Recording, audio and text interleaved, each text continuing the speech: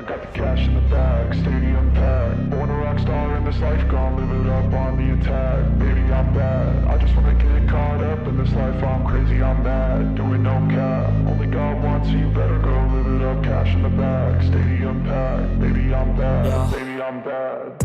I just wanna stay bad, stay mad. Chip on my shoulder cause they treat me like an outcast. I ain't gonna take that, stay back. I'll be swinging hard till the hits come in all caps. I ain't gonna lay back, pray that someone's gonna help me. Ain't nobody like that. I ain't gonna wait, that's all fact. Give me one shot and I'll never get the throne back. I'm sick of being cautious. I'ma go cause something, can't stop this. I'ma steal everybody's lane, call it shoplift. Sick of hearing everyone complain when they thoughtless. Taste the pain, it's like candy canes. It makes me go change into a better frame, into a better name. Society's insane, we all live for fame. Yeah. Cash in the bag, stadium packed. Born a rock star in this life, gon' live it up on the attack. Baby, I'm bad. I just wanna get caught up in this life. I'm crazy, I'm mad. Do it no cap. Only God wants you, better go live it up. Cash in the bag, stadium packed. Baby, I'm bad. Baby, I'm bad. I got the cash in the bag, stadium packed. Born a rock star in this life, gon' live it up. I'm crazy, I'm mad, do it no cap. Only God wants you, better go live it up. Cash in the bag, stadium packed. Baby, I'm bad, baby, I'm bad.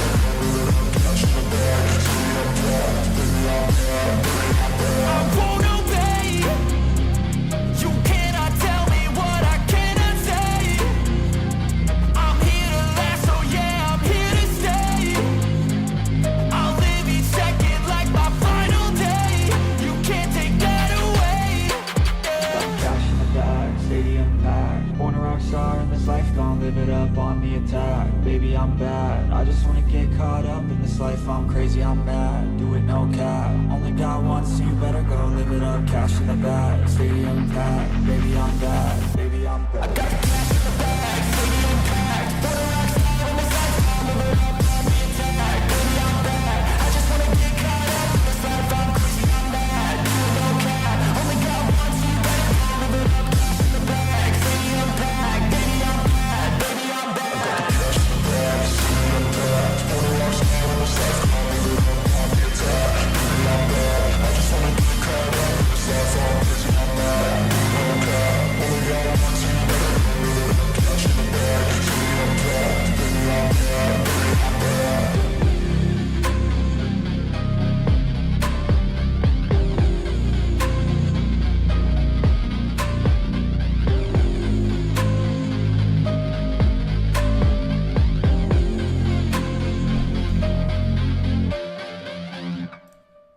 Hey everybody, how are you doing? Yes, do not forget to hit live chat because as I often do, when Jada took her break, because IRL things, I kept going into top chat and not remembering to go into live chat because I didn't have Jaded to come in here and remind me. Like, Jaded has to stick with me throughout my rest of my career, my YouTube, because I have to have somebody remind me to go into live chat every single time.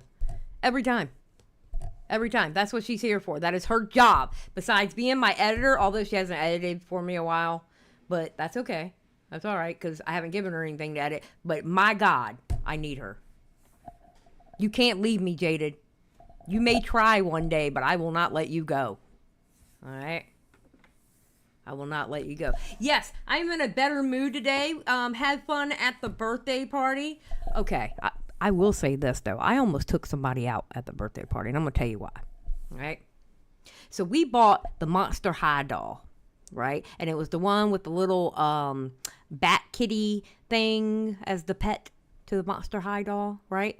And come to find out, it's her favorite Monster High character. So I'm like, boom, best birthday present of the year. We got it, right? Because you know how I'm like always in competition with the other adults, right? We got it. So she starts opening up her presents.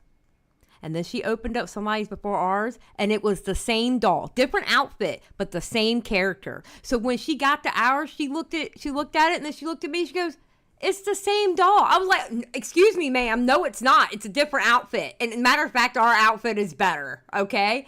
Her mother was laughing because she knows, look, bro, I have to be the best president of 2024. All right? Just saying. I will fight somebody for that title. I don't care who they are. If I gotta fight a kid, I'll fight a kid. It is what it is. All right? Trying to updo me. Mine was the cuter outfit. All right? Just saying. And her hair was cuter, too. Don't get me started.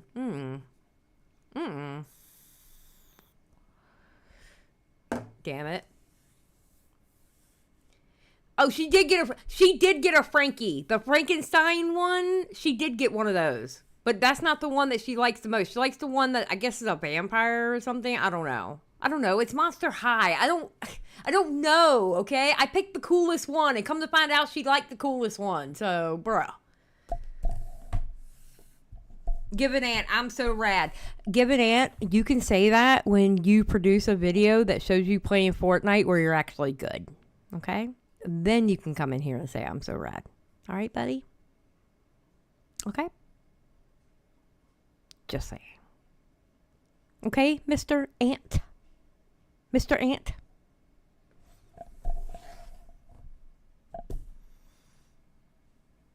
Or you don't lose it among us. I know that's right, Harlequin. Ant's like, I am never going to live that down. No, you're not, Ant. You're never going to live that down. That's going to be your legacy. That's going to be your legacy on this channel forever. Worst Fortnite player ever.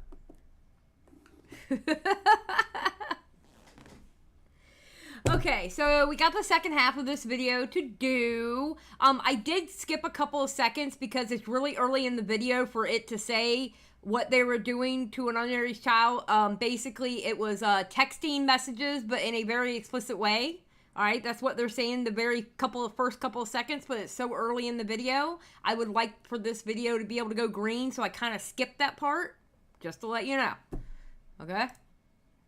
Just to let you know. Ant will be stealing Fortnite footage in the future. Listen, all you gotta do is look in the top left corner and make sure it's Ant playing. All right? If you see Ant in the future with any kind of videos and it's Fortnite footage and you don't see his name in the top left corner, you know he stole it. Okay? Just to let you know.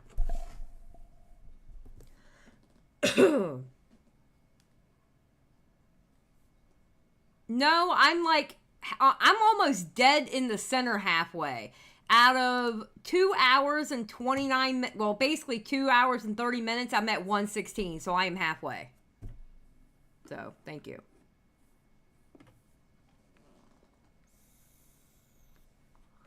I'm almost practically right dead in the middle. Okay, we had it at 125.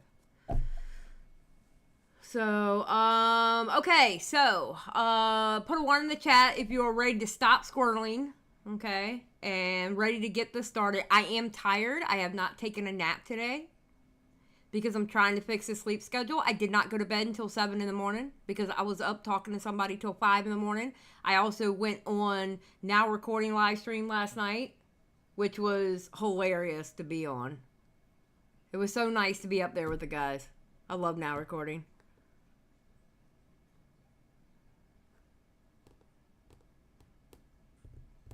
So, let me go grab a lemonade out of the refrigerator and then we can get started. All right.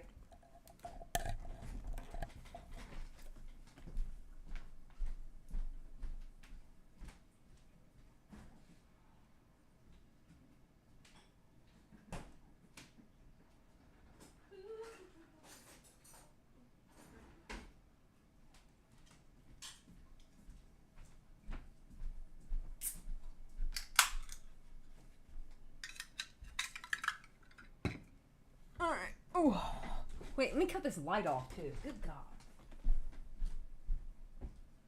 Light's getting on my damn nerves.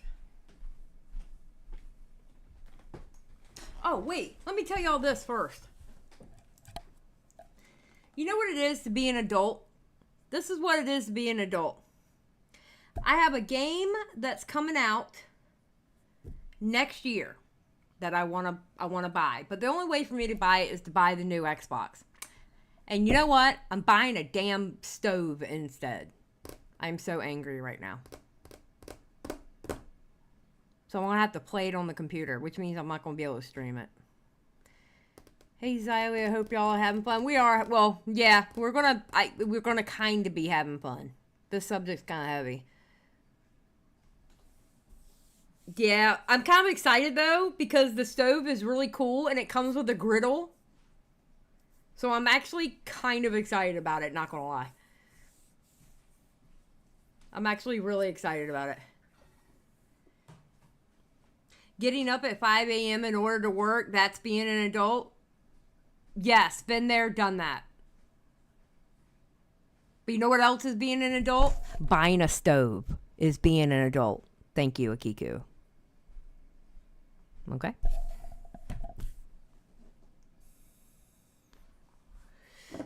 And my husband beats that. He gets up at 4:30 every morning to go to work.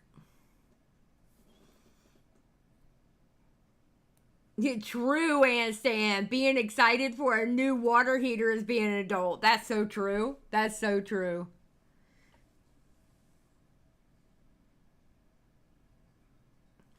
I really don't know if you read me. Okay, I don't know what ABD means. I feel a bit whiny re-saying it, but I named one of my characters after you because of your name is cool, and I love how it sounds. Thank you. I appreciate it. I hope it's a good comic. I hope it's a good one. Like, a good, wholesome one. I hope it's a good, wholesome comic. Like, I better be, like, baking cookies or something in that shit. And no degenerate stuff in it. It better be a good comic. A good, wholesome comic. Like, so wholesome that, at the very least, a 13-year-old can read it or something. I'm just saying. If it's degenerate, I'm going to condemn the hell out of it. Definitely can't. What do you mean, definitely can't? Then I disavow. I disavow it. And it is not me.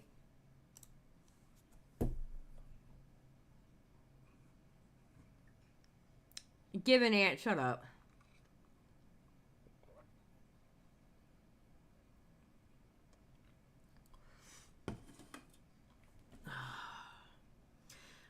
Sore for 5. I get up at 5 p.m., then eat something, relax, and go to work at 10 p.m. That's being an adult. True. Thank you for the 5.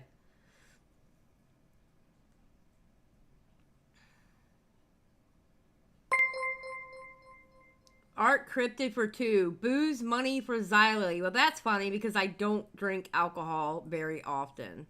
The last time I had alcohol was January 1st of 2023.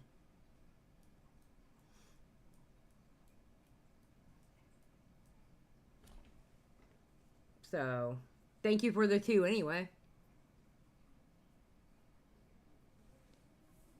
My addiction is caffeine.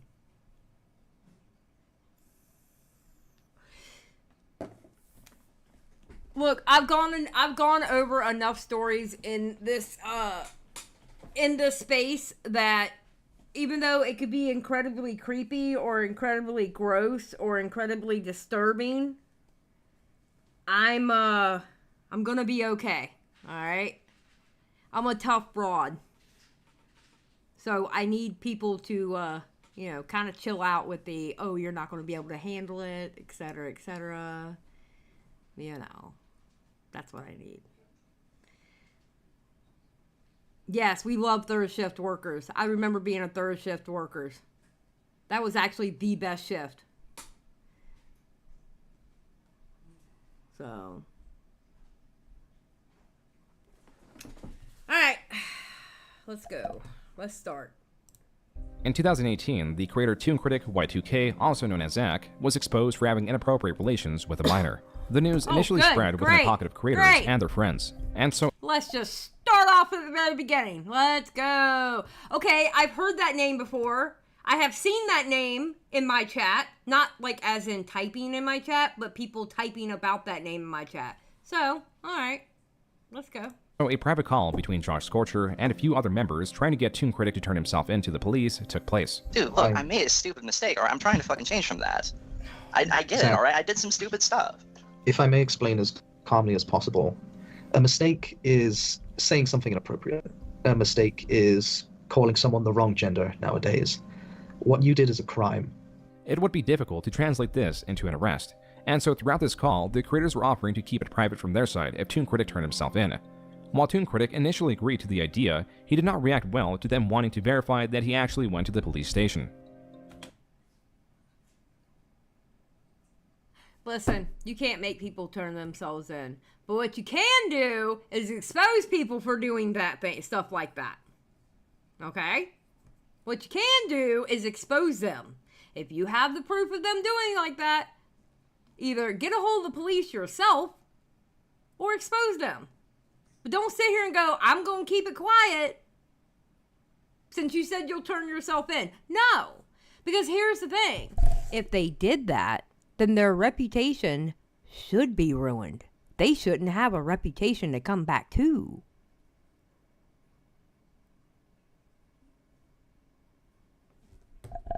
Like what? Because what's going to happen is, after the 24 hours, we will still be contacting the police. Now, if you've done it before us, then, you know, it'll just be us giving them the information they need to follow through with the case. Please. If you will let me do this. Toon Critic had no intention of actually turning himself in, and this call was posted on January 25th. And with that, more and more people were coming out against Toon Critic, including an artist known as Patchwork Heart. But he was obsessed with remarks about my breasts and with sexual roleplay. Oh, God. You know, I had a boyfriend, but I was so desperate to stay around, I didn't fight back against any of it. I wanted so badly for these people to like me. I tried to elevate their voices to let these people be heard, but nobody listened. No one except Sketchy the Changeling, Lily Pete, Eliora, and Aeon of Dreams. And then another creator came out as a victim of Toon Critic. Their video was... Okay, I have a question. What community was this? Patchwork is one of Leo's goons? Okay, alright, that's good to know. What community technically is this? Brony community? Okay. My Little Pony reviewing community. Okay. Alright. Alright, thank you. Thank you. I mean, because if you have a group of people like that, there's obviously like some kind of community there, so. Alright, thank you. Mirrored on Lily's channel, where Lily also made the allegation that Josh Scorcher knew about Toon Critic for some time, yet didn't do anything. Josh Scorcher on his Tumblr refuted this and turned it back on Lily, stating that she knew about the allegations because Patchwork Heart told Lily. Patchwork then informed Josh. Now, mind you, I want this to make this very clear. When I said expose something like that, you only expose it if you have the evidence to expose it. Don't expose it just because somebody said it. You have to have the evidence. Don't go around pointing the finger going, you're a pedo, when you don't have the evidence. Or you're doing this, that, and the other without the evidence, okay? That shit happens way too much. No, I'm talking you expose them if you have the evidence. Okay? There's a big difference in that. Not what you hear on the grapevine, what you can actually prove. Just saying. Just throwing that out there. Josh Scorcher that Lily kept quiet as per their request. Josh Scorcher states that he finds it strange, and despite the request, Lily still knew about the allegations. Patchwork then responds by taking the blame, and that they should have allowed Lily to go entirely public as soon as she was informed. Josh Scorcher then states that with that said, don't come to me with shit like that. I am not the one to do exposings, okay? Do not come to me with that kind of stuff. Do not. I'm going to repeat this and be very serious. Do not come to me with stuff like that. There's a reason why I don't talk to people in the DMs. Do not come to me with stuff like that. Period. Lily is still at fault, and still did not inform the public, yet is accusing him of doing the same thing. The following responses go into the minutiae of how it should have been handled. And then, in the following month, in February, Josh released a video breaking down the Toon Critic situation. This largely involves a video by Dr. Wolf that was poorly received. While accepting Toon Critic's crimes were egregious, he was petitioning his audience to forgive him in the Christian sense of letting go of anger and frustration. While good-intentioned, the rawness of the situation combined with the crimes and the countless victims coming out meant that this video was not well received. And with Josh Scorcher sharing this video, in his own video he was apologizing for it now, understanding that it was a major miscommunication. He also apologizes to Patchwork for his responses on Tumblr and then to Lily. I also want to take this time to apologize to Lily Pete. In my anger, I accused and judged you of things without any evidence. The very thing I didn't want people to do to us. Lily, as claimed through the comments on Josh Scorcher's video, did not accept the apology.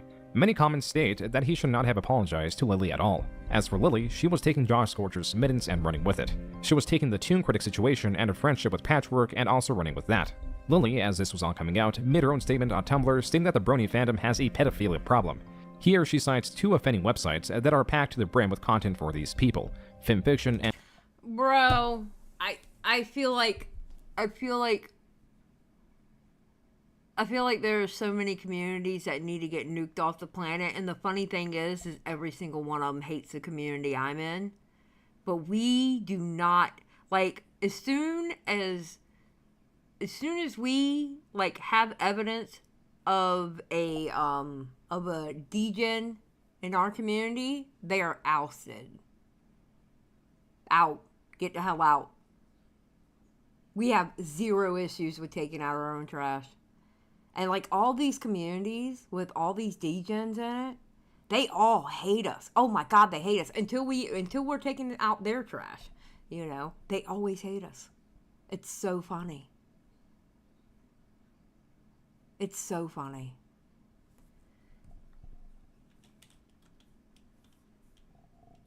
Sakura's like, I have a whole ass list of communities that need to go. I know that's right. I know that's right. And Derpyboru.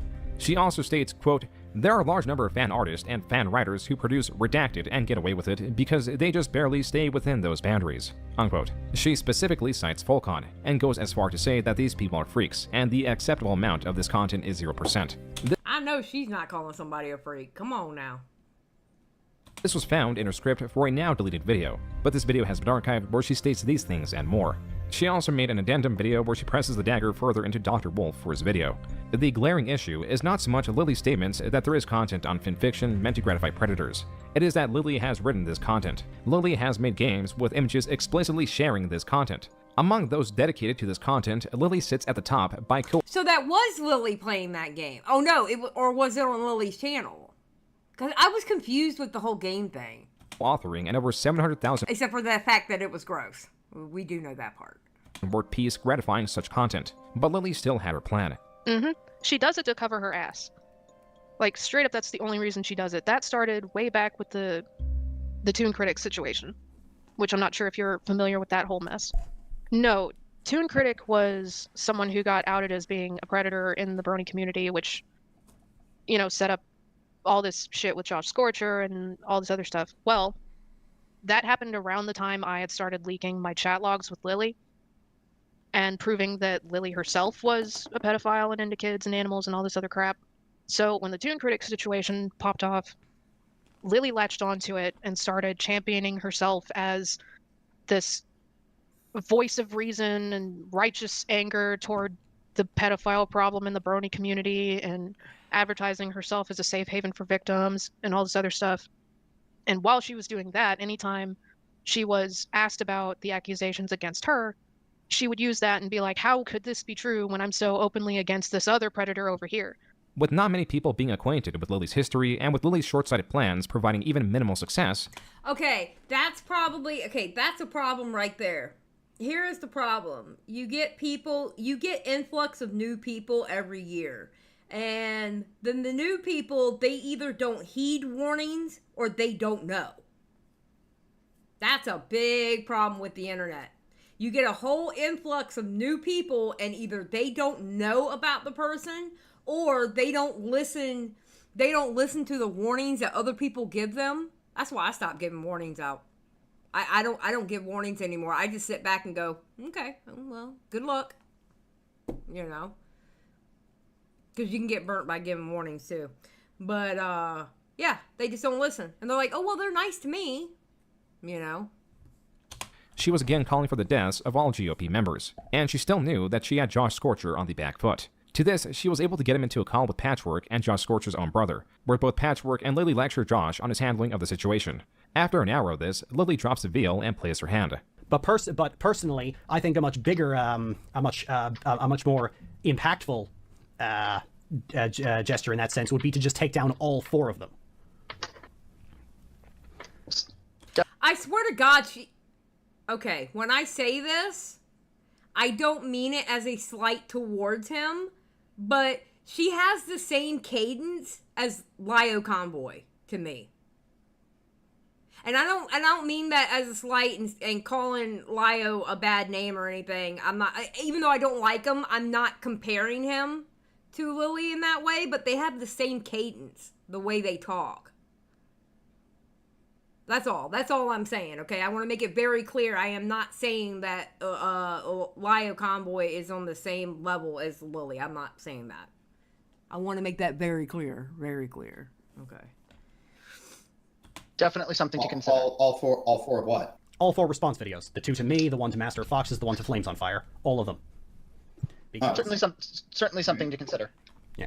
Lily is then met with grunts from Josh Scorcher. All the 4 of those videos were emblematic of this kind of jump immediately to the worst extreme possible under the face of minor criticism. Or in the case of 2 of them, minor criticism to something you liked.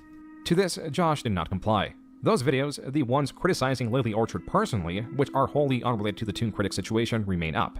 Lily kept on pushing and pushing, but she pushed too much. Dark Mage, I don't know who that is. Y'all are naming a bunch of names in the chat that I do not know. So I'm just going to let y'all know now. I don't know who that is, Dark Mage. I have no clue who that is. So. In March, Lily in a Tumblr post asking how to handle Josh stated, quote, turn his own tactics back on him. Spam dislike his videos. Flood his comments. Rate his streams will probably be the most effective. Unquote. Lily was weaponizing her audience to harass Josh. That's when Josh Scorcher had enough and brought up Stockholm. This was explosive because bringing up Stockholm brings up Lily's contradictions with her stance on fanfiction works. It brings up Tara Callie, which Lily addressed here, conveniently stating how Tara Callie had confided in her interest to people like Britt, but fails to bring up how Tara Callie was always convincing people like Britt, Blake, and Nintendo Gal to enter into sexual relationships with Lily, how Lily was the only person who ever saw Tara, how Tara was a director for Lily's videos, or how Lily was so close to Tara she had a key to her apartment and somehow was allowed to beat her up in jail. Wait a minute.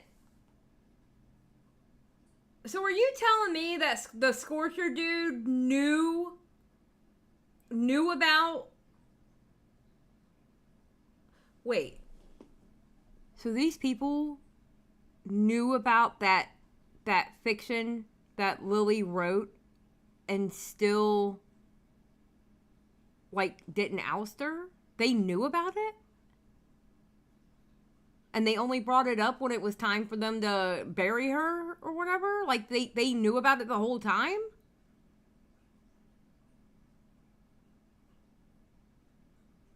What?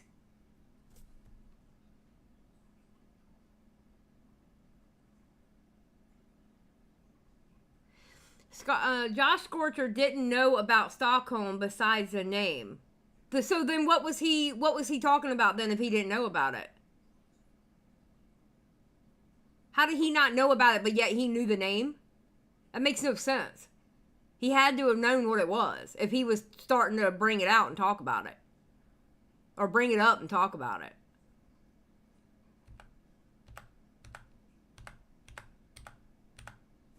Videos. Flood his comments. Rate his streams will probably be the most effective. Unquote. Lily was weaponizing her audience to harass Josh. That's when Josh Scorcher had enough and brought up Stockholm. That's when he had enough and brought up Stockholm. He had to have known what it was then. He heard about it from word of mouth. Okay. Explosive because bringing up Stockholm brings up Lily's contradictions with her stance on fanfiction works. Yep. It brings up Tara Callie, which Lily addressed here, conveniently stating how Tara Callie had confided in her interest to people like Britt, but fails to bring up how Tara Callie was always convincing people like Britt, Blake, and Nintendo Gal to enter into sexual relationships with Lily. And Tara Callie was, remember, Tara Callie was quite possibly, most likely, basically the beta version of Lily before Lily became Lily. Before Lily came out as trans.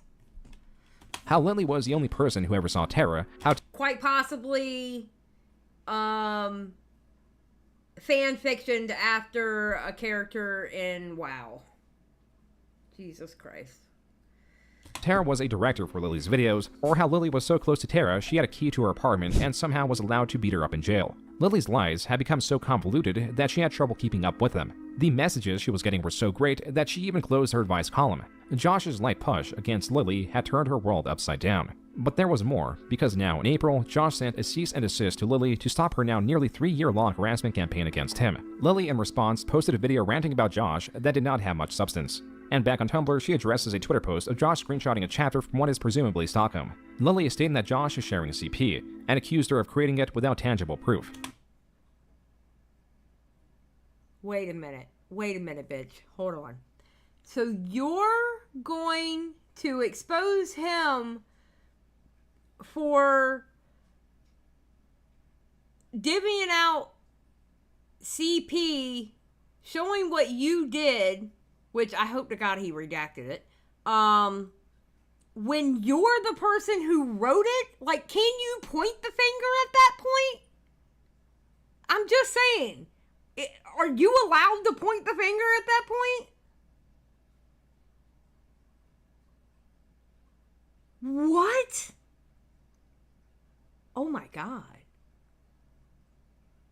But there was plenty. Josh even reposted not only a post shipping him and Inkros, but also Lily admitting, quote, "Also I wrote a book where a 15-year-old ran off with a 38-year-old and you all thought it was lovely," unquote. This is the Stockholm entry Razzle Dazzle. Lily has admitted in the past that this was her favorite entry as well. Besides lines in Razzle Dazzle like, quote, "First off, have you done this before?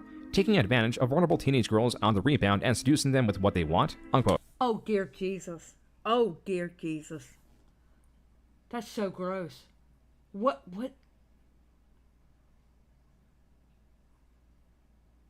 Why? Like... And the word mommy I is know being used why, but 545 times, mostly in a sexual connotation. Lily not only describes this as her favorite entry, but also in a deleted but re-uploaded video, she shows Adagio as a human, and makes a very specific reference to the story. If I can take this brutal sadist and write her as a loving matriarch that rivals Fluttershy when it comes to sincere kindness, I'm pretty sure you can make an alicorn. You can make a good story out of anything. Now, if you'll excuse me, I have more Mommy Adagio to write. Back to April 2018, Lily was now stating that Josh Scorcher was an alt-right mouthpiece, and that he was somehow enabling pedophilia. From here, Josh Scorcher, escalating from the cease and desist, announced he was getting a restraining order and taking a bit of a hiatus. Lily still continued to post about Josh Scorcher and continued to get attacked for it. During this time, she even had a falling out with Patchwork. As for Lily's social media accounts, the hate had gotten so bad, Lily announced that a different person would be controlling them. This only lasted for a short period, and the person controlling them went under the alias Maud Ibarra, who claimed that Lily was receiving hate for being against CP. While this was a lie, She wrote it! What do you mean being against it? She wrote...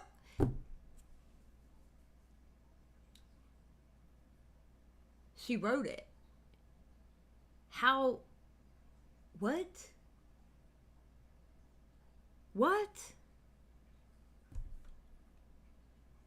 it is very much true that Lily was receiving a tremendous amount of hate. Okay, whoever gave me that was it $2 or $5? I can't remember right now at this point. Oh, speaking of which, let me go ahead and set that up to where it'd be easier for me to read them. Hold on. Sorry, guys. You know what? Let me just pop out chat. Put that down there. Put that there. Oh my God. It's like I have two chats on my screen now. Let's freaking go. All right, who was it? Art Cryptic, when you gave me the 2 for booze. I can see why you did that now. I can see why you did that. I respect it now. I respect it. And the volume would only increase as she posted what would become her most viewed video to date. On September 24th, 2018, Lily posted Steven Universe's Garbage and Here's Why. This was followed up by another similarly popular, yet controversial video titled The Legend of Korra's Garbage and Here's Why. While the like to dislike bar were disabled, Lily did post an image of her YouTube studio showing that both videos received around 75% likes. The Steven Universe video was particularly scorned. Things that cannot and Okay, you know what? back in the day, you could really tell if somebody was up to something if they got rid of their likes and dislikes. If they completely got rid of it where you couldn't see them, that right there told you that they either knew their video was shit or they were up to something. You know? Should not be forgiven, and yet it insists on doing them anyway. Steven Universe is that mother who tells her daughter, "Oh, that boy pulled your hair because he likes you," tacitly teaching them that affection is shown through violence. Do I think Rebecca Sugar is a fascist sympathizer? No. Do I blame anybody who comes to the conclusion that she is based on Steven Universe's content? No. I maintain that Rebecca Sugar remains completely unaware of the implications of her writing because she's just not paying attention outside of her very specific goals. The common critique, not relating to Lily greatly misunderstanding the animation industry, is her disregarding that this is a kid show that is meant to express forgiveness and understanding and is not directly related to real-life events. It's meant primarily to entertain, but also to send an overall message of understanding to children. The show does have its complexities and achievements, such as being the first kid show on US television to feature a lesbian wedding. Because it does have mature topics and pushes boundaries, it does receive a fair amount of praise and criticism. As to how this relates to Lily lambasts the creator, Rebecca Sugar, for the main character Steven, typically redeeming other characters. Some that Lily considers genocidal, which is not exactly the case, but that lends more into the complexities of the show. The issue with Lily is that in her own fanfictions, like Doomsday Ascending, Lily undoubtedly redeems irrefutable genocidal characters. And it was not just in this writing that Lily did this. If you go through... Okay. When I say this, I am not putting down any adult that does this, okay?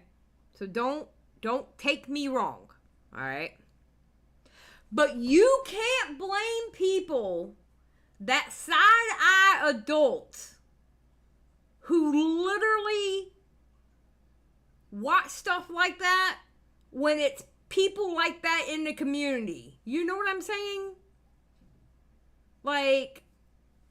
Bruh, there are way too many freaks over there for me. Way too many freaks over there for me. Steven Universe is just gay rock show. It's not that serious.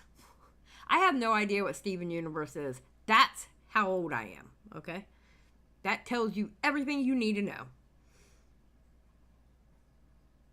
You mean like making whole communities for My Little Pony? Yes. That's exactly what I mean. That's exactly what I mean. Yes. You cannot blame people for looking at people sideways about that. You know, not full-fledged calling people like, you know, P words and stuff. But I mean, looking at them a little sideways. Ma'am, I have a kiddo who grew up loving... SU, so, okay, listen, if you had a kid that watched it, I totally get it, I understand, because by proxy, you're gonna end up watching them too, because your kid's watching them, alright? I expect you to know every single character in the show, because your kid watched it, obviously, you know, because you probably had to watch the same damn episode 5 million times, you know, I totally get that, don't get me wrong, I get it, but, you know, but still, it's just like, oof.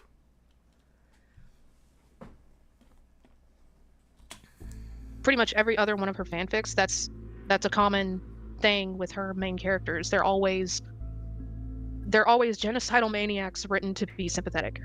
From Lord Ryder, from her original Family Guy fanfictions, to Essentia, to Aliana in her Star Wars fics, like it's always a genocidal maniac written to be sympathetic. Lily was having a terrible year. In October, she states she was a victim to a terrible crime. And then in December, she announced that Lizzie and her had broken up. A breakup that seemingly came out of nowhere. And then Lily stated that Lizzie had swatted her, and this was her third swatting. But as Lily was further questioned, it became more likely that these were just wellness checks. The following day, Lily made it clear that Lizzie was a wonderful person, and makes it clear that she was not abused by her. And so Lily stated she... Wait, that's like total opposite of what you said in the beginning though, wasn't it? That would be abuse. Yeah. Crime. And then in December, she announced that Lizzie and her had broken up. A breakup that seemingly came out of nowhere. Oh, and that then was Lily else. stated that Okay. Lizzie had swatted her, and this was her third swatting. But as Lily was further questioned, it became more likely that these were just wellness checks. The following day, Lily made it clear that Lizzie was a wonderful person, and makes it clear that she was not abused by her. And so Lily stated she had a lonely Christmas. Britt, now in January of 2019, possibly seeing the state of Lily, was trying to amend things, but Lily was not. The breakup, the situation with Josh Scorcher, her falling out with Patchwork, the criticisms around the Steven Universe video, all influences that kicked 2019 off with Lily spouting pure vitriol. The way this was different was that she was not exactly campaigning against any individual person, but rather sporadically attacking virtually everyone, from her parents, her sister, a creator that lightly criticized her. Things were even going further south with Lizzie. As Lily was stating, they were no longer on speaking terms. This year for Lily was pure chaos. Not only was she sporadically attacking anyone at will, but also her sexual deviancy had also taken a new form. What started as posting images and poses as per fans' requests turned into images of her posting her bare breasts. No. Oh God, come on, bro. Stop. Stop it. Stop it. Even her claims were getting wilder. She called a different controversial cartoon reviewer a fascist, stated that people that dislike Antifa are Nazis, called Rebecca Sugar an accidental Nazi apologist, and then stated in response to her flagrant attacks that fascism is the core of being a conservative, and then ties it all back to Steven Universe and Rebecca Sugar. While Lily's attacks were ineffective due to her overall lack of evidence for her claims and her overall lack of credibility, there was one attack that shook the hornet's nest. Though Patchwork and Lily were not on good terms, Lily calling Patchwork, quote, a dishonest, drug-addicted nutcase, unquote, was a poor move considering what Patchwork had on Lily. As a direct response, Patchwork created this rather lengthy Twitter thread against Lily, and at the end of the thread, Patchwork states, quote, you're a cruel, selfish, awful person, Lily, and I might be a drug-addicted, delusional schizo, but at the very least, I didn't pressure someone to draw my wife's favorite OC having incestuous dog sex. Oh my God, what?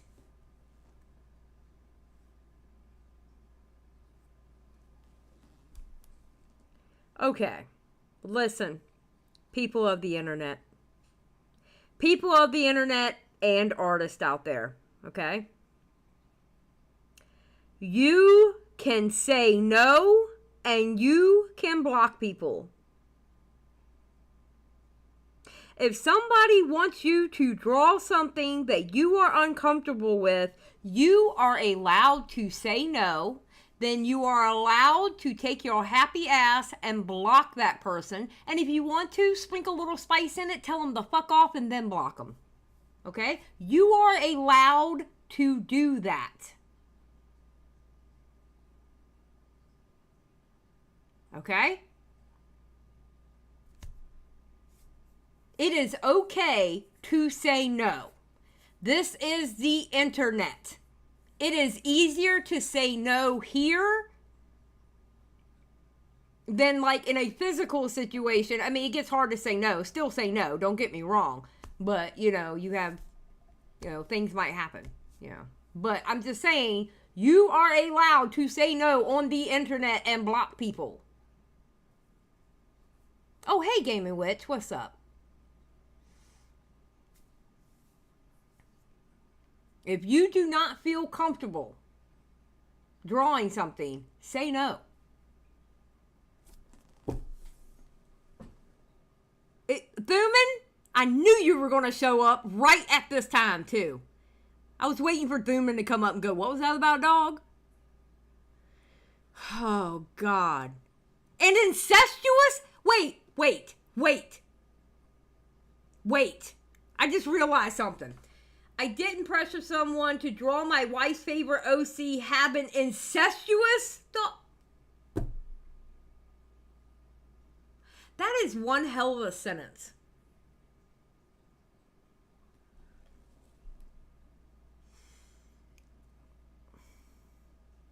Thuman,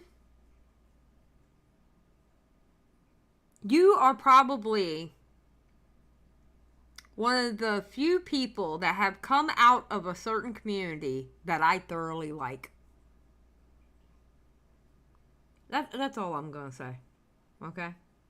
Everybody else in that community can kick rocks. Now, the commentary community artists, love them. I love just about every single one of them. Alright? But you are about the only one out of that community that I like, ma'am. Stand tall. Stand proud. Stand tall and proud, ma'am. unquote. Holy Looking at Patchwork's shit. DeviantArt, she states that she doesn't do that kind of art. But Lily was an exception because it was, as Patchwork claims Lily told her, quote, the only thing that alleviates her dysphoria. No! That's... Oh my god. Unquote. And though these various drawings of a dog and Lily cannot be shown, they very much exist and are unfortunately detailed. Lily responded to her commissioning these images with a long-winded non-answer, possibly a choice done to avoid the direct connection between what these drawings detail and what Tara Kelly states she did to dogs. Besides the motivation of enjoying this kind of imagery, there was also another reason why Lily requested this art. And the reason she had those commissioned was to get back at Lizzie. Like, that's Lizzie's character that she took after they broke up. Lily had already found a new partner, an artist that started a webcomic with Lily. Lily, the main character of this comic, is drawn with a girlfriend Michaela, and as the name Pokemon House suggests, it takes place in the Pokemon universe. With an extensive catalog of Pokemon to choose from, Lily has only ever been obsessed with one, which is also at the center of the comic, and it is this Gardevoir named G. The Gardevoir, early into the comic, expresses a love for Lily. This is not a love as would be found in friendship, and not a love that would be found in family. This is a love of a sexual nature. Oh dear God, why every single time? I swear to God. Listen.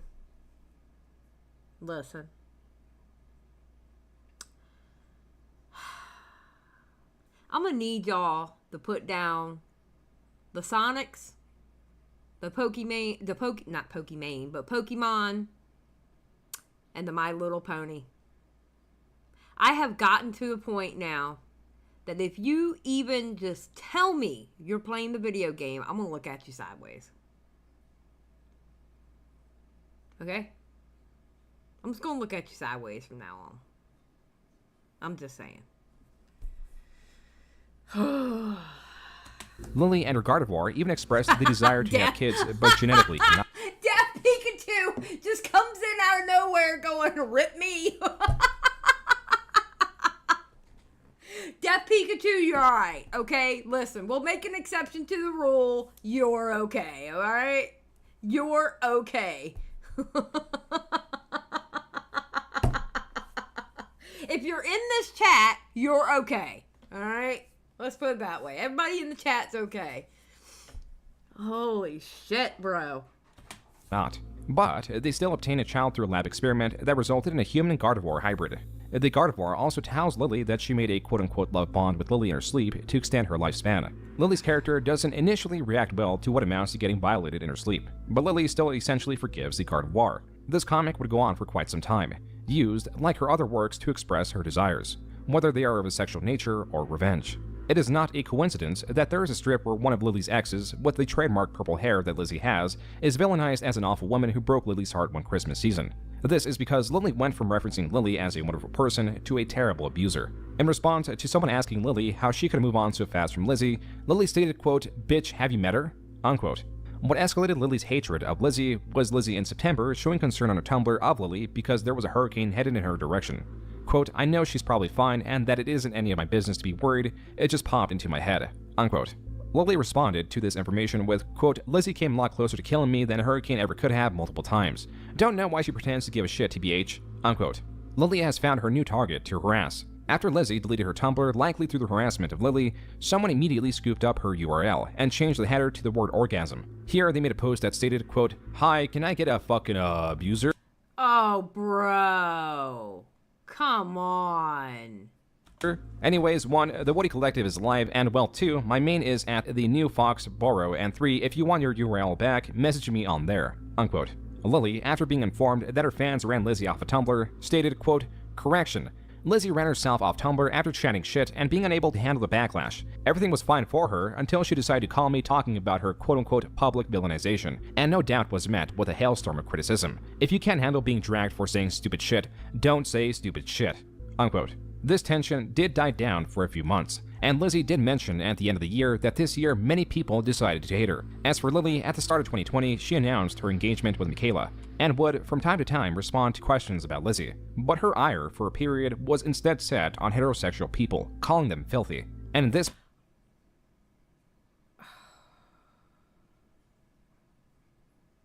Like, I want to say some stuff, but it's not going to sound good coming out of my mouth. It's not going to sound good at all coming out of my mouth if I say it. So I have to kind of hold that in.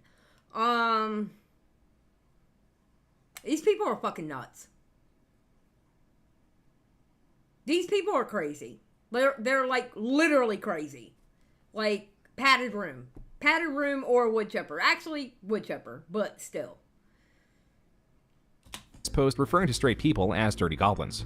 And then 2 months later, Lily once again honed in on Lizzie. Quote, being with Lizzie caused me to develop anxiety and insecurity issues. Oh my god, is that my Tetra? Is that my Tetra? I'm sorry, y'all, I have to stop for a second. Tetra, hi, baby.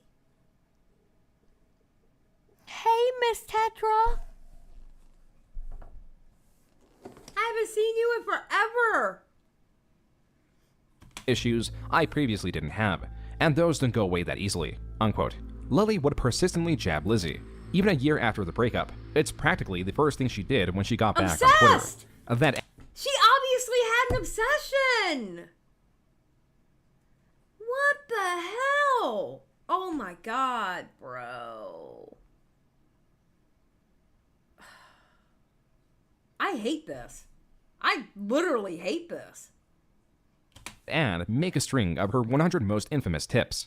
On November 14th, 2020, Lily started a thread of tweets titled Simple Writing Tips, a thread. Yeah, it wasn't received well.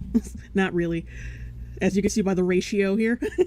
1,000 quote tweets.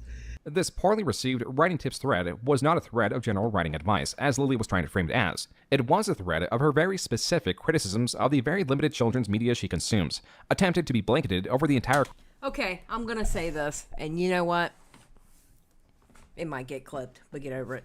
I am not saying this person that I'm about to mention, I am not saying that they have done the bad that Lily Orchard has done, okay? Or has, I guess, technically allegedly has done. Like, basically, from what I'm hearing about the story of Lily, okay? I am not saying this person has done those specific things. However, there is a similarity between the person I'm about to speak about and Lily. Okay? I find it funny that Essence of Thought covered this Lily story when she has the same damn level of obsession with Rachel Oates.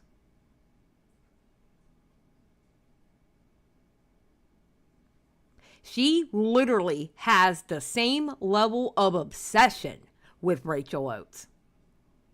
And I mean every last word I just said.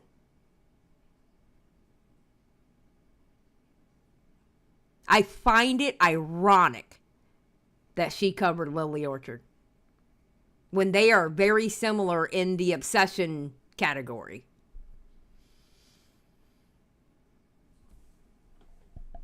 Yeah, take away the criminal behavior or whatever you want to say, that part. No, I'm not talking about that part, but I am definitely talking about the obsessive. Oh, yeah. No, I just find it very amusing that Essence of Thought covered Lily, knowing how obsessed Essence of Thought is with Rachel Oates.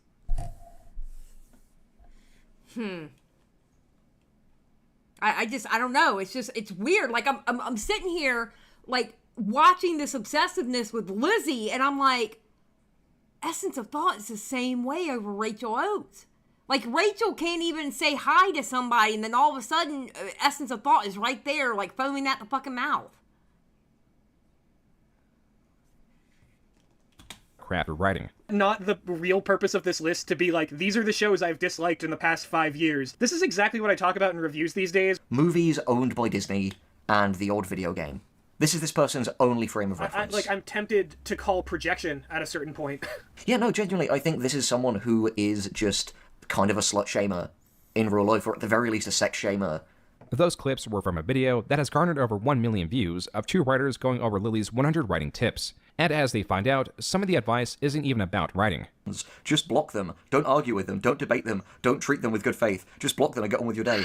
Not writing advice. That's just Twitter advice! Oh my god! How can... Twitter is not a good place to talk about your stories. The individual 100 tweets are both analyzed in this video, and at the very end, categorized, where about 1/3 of them are not considered to be writing advice.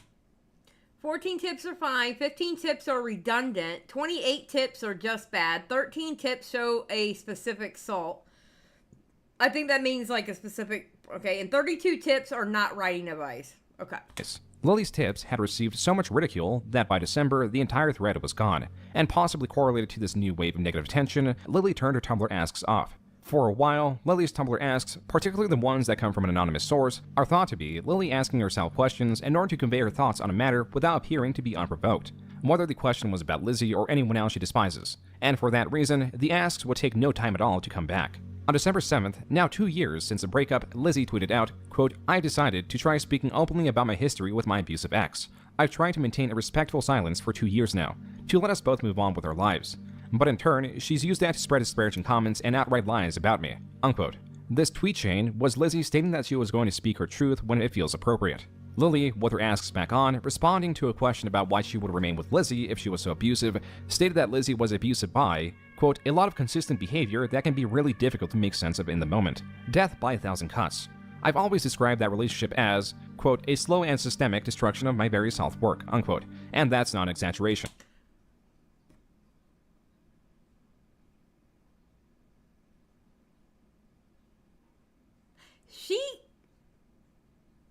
Wait, was that from Lily? Did Lily write that? It feels appropriate. Lily, with her asks back on, responding to a question about why she would remain with Lizzie if she was so abusive, stated that Lizzie was abusive by, quote, "a lot of consistent behavior that can be really difficult to make sense of in the moment. Death by 1,000 cuts. I've always described that relationship as, quote, a slow and systemic destruction of my very self."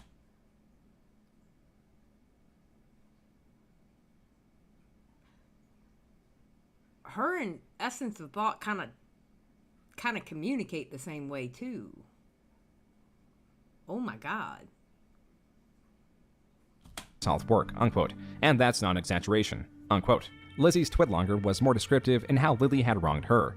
She opens with talking about how they had a mostly long-distance relationship and therefore digital relationship. Lily was always testing and then pushing boundaries. A large point of contention was the art. Quote, "I was drawing a lot of suggestive artwork for her, usually of the two of us, sometimes of just me.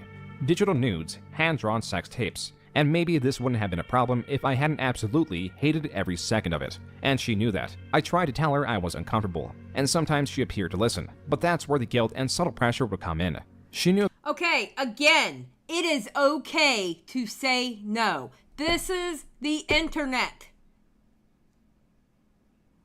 You are allowed to say no and walk away. Say no and walk away.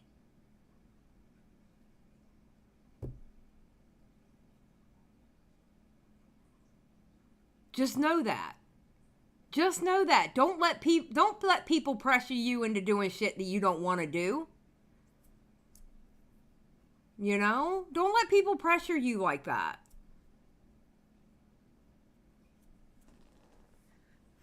You know?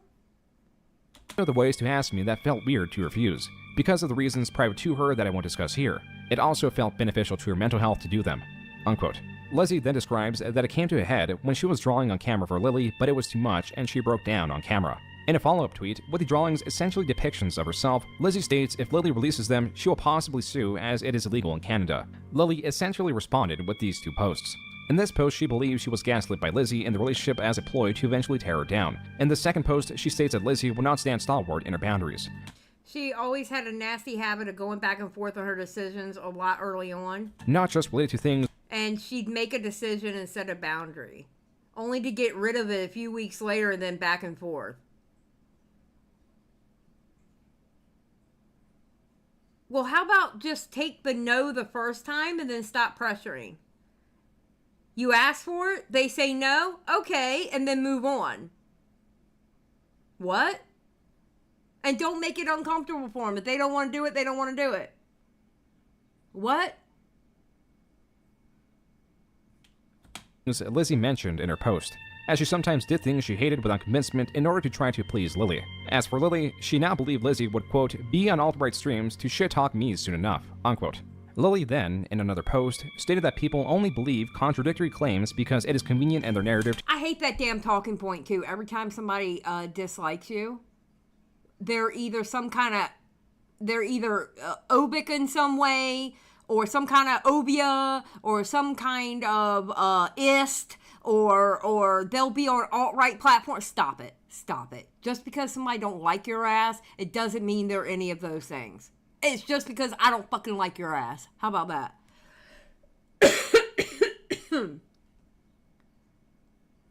I hate that shit. Because the last thing you want on the internet, I mean, well, Twitter back then. Twitter today is totally different than Twitter a year ago. But back then, the last thing you would want to be called on Twitter is transphobic, racist, homophobic. You didn't want to be called those things, or you would get instantly canceled. And people would weaponize that shit. People would weaponize the hell out of that. Look, just because I don't like your ass, it just means I don't fucking like you. I don't care about the rest. I just do not like you as a human being.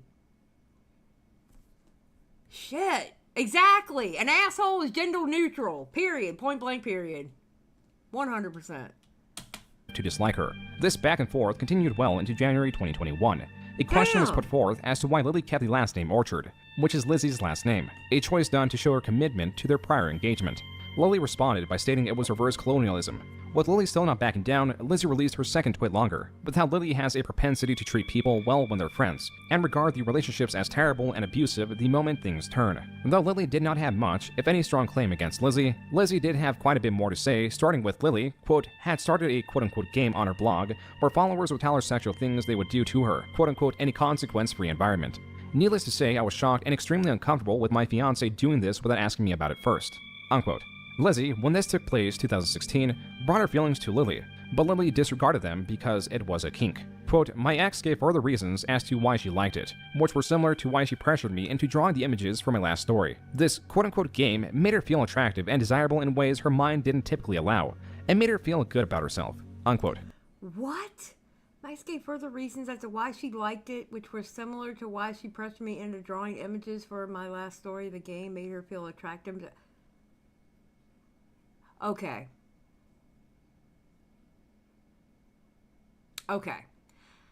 Maybe it's because I'm old. Okay? Maybe it's because I'm old. I don't know. I don't get it. I still don't understand. Maybe it's because I'm old. But I just don't get being attracted to anything drawn. I don't get it because it's drawn. It's not like flesh, and it's not like flesh that you can touch. It's not a human being. It's not a human adult being, by the way. Adult. But I mean, I don't understand being attracted to anything drawn. I don't get it. What?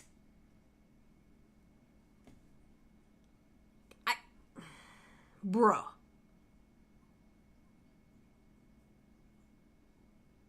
I know what Jessica Rabbit looks like, and no, I was not attracted to Jessica Rabbit. I just don't, like, what are you going to do with a cartoon? You can't hug it. You can't go out on a date with it. You can't do anything with a cartoon. How are you attracted to a cartoon? I don't get it. I do not understand. And you cannot make me understand. Okay? Listen, Jason Momoa, 100%. 100% can understand the attraction there, okay? Because that is a fine-ass looking man. Alright? Fine-ass looking man. A drawing? No.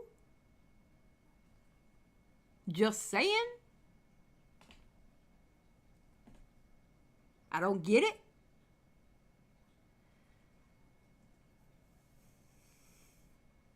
I just don't get it. I'm gonna go get an iced tea. I need one if I'm gonna listen to this. I don't blame you, Key, okay? I don't blame you.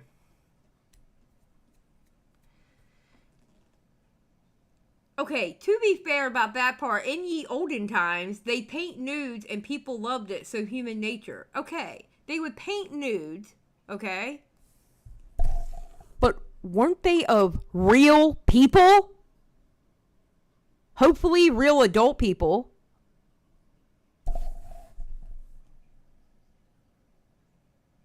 My point is, I still need the person there. Like, there. The person. The adult person, I need them there. I just don't get it, bro. I'm sorry. I don't get it. I don't understand saying... I just don't get it. I don't know. Maybe, you know what? It's my age. We'll just cough it up to my age, because I don't understand.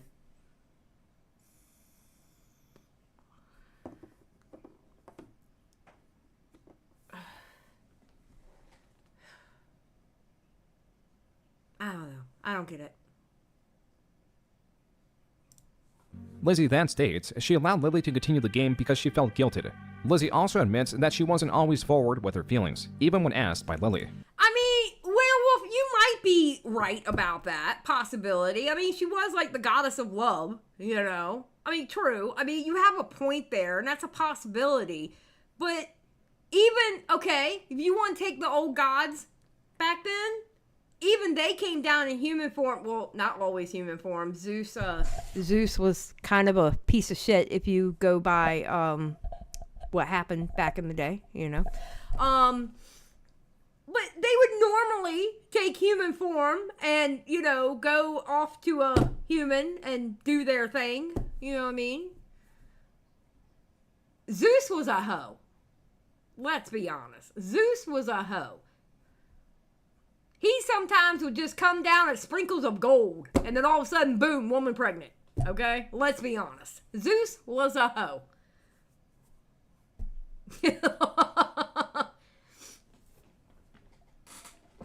Zeus was the first OV hoe. Alright? Just saying.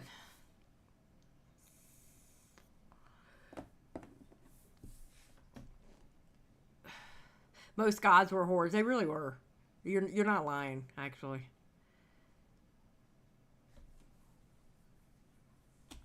But then states that she believes Lily knew her true feelings, but just did not care at all. This only allowed things to escalate. Quote, "This went on for 2 months, from New Year's Eve to my birthday. On my 20th birthday, in the middle of calling my parents, I checked Tumblr and found the facade of the game had turned into my ex, full-blown sexting with people. Roleplay sexting." Unquote. Lizzie then threatened to break up with Lily, which is when she became remorseful and apologized to her. And Lily stopped those asks and deleted that Tumblr. Lizzie then claims that this was so sensitive that Lily told her if it came out that she was flirting with her audience, it could, quote, "end her YouTube career," unquote. Later, Lizzie did post evidence of this game. This was largely held through a not safe for work Tumblr that she did delete. As for Lily, she was once again asked for evidence, and Lily did bring evidence, a total of 4 screenshots. The first was after the breakup with Lizzie, stating that Lily helped her in some ways. The second and third was of Lizzie admitting to lying about her conflicted feelings, which is something Lizzie already admitted to at this point. And the fourth was Lizzie confiding in a friend about being conflicted with how fast Lizzie was moving on. Lily attempts to spin these innocuous screenshots as Lizzie having a martyr complex and being a child. Overall, this is messy. This is so messy.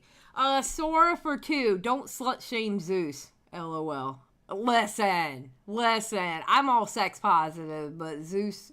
Listen, according to them stories, Zeus was a hoe. Let's be honest.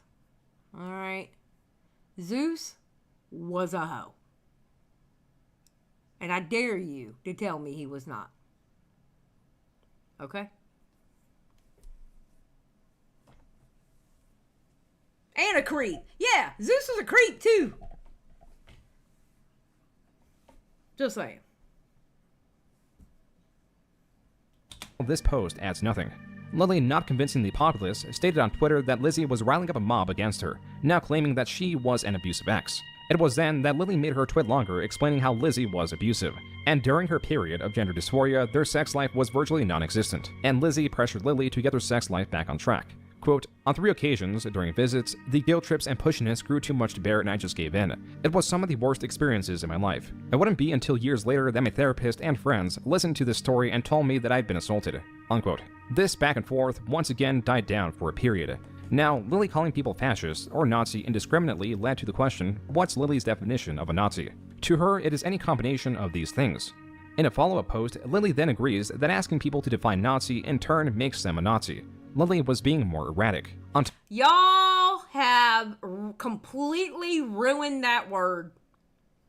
That word used to hold so much weight. That word literally held so much weight. And that word had disdain, that word had fear attached to it, that word had warning attached to it. And over the internet, y'all have literally, and you know what? I was a part of that at one point, have completely ruined that fucking word. Because it doesn't hold the same weight that it used to. Honestly, it does not hold the same weight that it used to. Because it's been overused. You know? It's been completely overused. And the sad thing is the people who are running around calling people Nazis left and right like that, they wouldn't know what to do if they saw a real one. Or if they encountered a real one. They wouldn't even know what to do. Because they overuse it. It's crazy. Tumblr, a user asked to see her breasts. Lily then complied and posted a link to them. And then in February, she decided to attack Josh Scorcher again, stating that posting what is possibly Stockholm means that he was spreading the CP.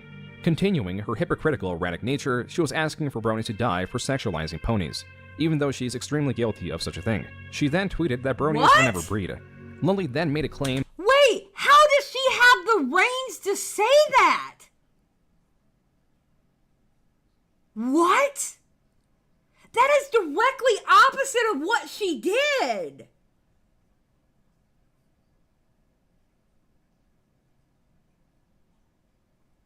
How? That is direct opposite of what she did. What? She's extremely guilty of such a thing. She then tweeted that bronies will never breed. Lily then made a claim that Lizzie sexually assaulted her in the worst way possible. Lizzie responded, quote, "Who cares? Honestly. Everyone outside her little corner of the internet knows this is all lies. Just the anger of an ex on a relentless smear campaign." Unquote. As for Lily, her mental state was not getting any better. Fuck, I turned the light off again. Jeez!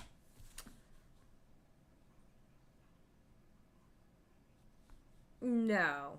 Yeah, I'm not reading that out loud, and I disavow. Thank you for the 5. I disavow. That's not even funny, actually. Hold on. That's not even funny, bro.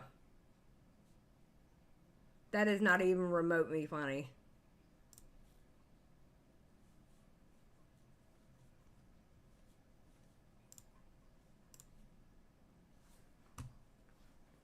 Thank you for the 5, though. Jesus! Why am I like this? How do you do it? What? How do you keep turning it off? Because I go to pull something out of my fucking eye, and it just for some reason I just turn the fucking light off. Oh. Ugh, I'm so goddamn sick and tired of being me.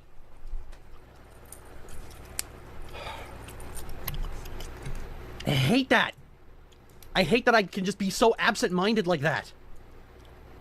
Alright, you know what? No more camera. Okay. I've had absolutely enough. Enough of having a fidget and fuss with everything. And everyone's seeing how bad of a fidgeter I am. That was from an April 2021 Minecraft stream. Though her reactions can be perceived in any way, this other stream titled Kingdom Hearts and Depression leaves little interpretation. In this stream, she also talks about her inheriting a Native American gene and her mother being displeased that she was not as tan as she could be. What? Lily's crazy. Lily's crazy. I mean, like, well, my mother, I don't know why, like, I know why it's a sensitive issue for my mother, because my mother is Native and I'm the only one of her children who actually inherited the Native genes. And so she's got a real bug up her ass about the fact that, you know, because of the situation I work in, I don't get a lot of sun, because I live in an in-ground apartment. Lily was streaming more and more, and flashing more and more. Lily in the flesh. I've been on camera a few times. I used to be on camera on streams a lot. I haven't done it in a long time. The last time I was on camera on stream, that stream got taken down because I flashed my boobs too many times.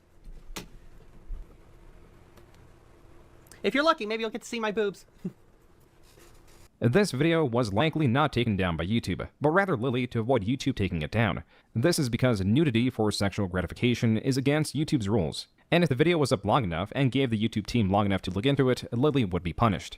This is a common way to abuse live streaming on YouTube, where smaller creators can delete evidence of their wrongdoing to circumvent their rule breaking.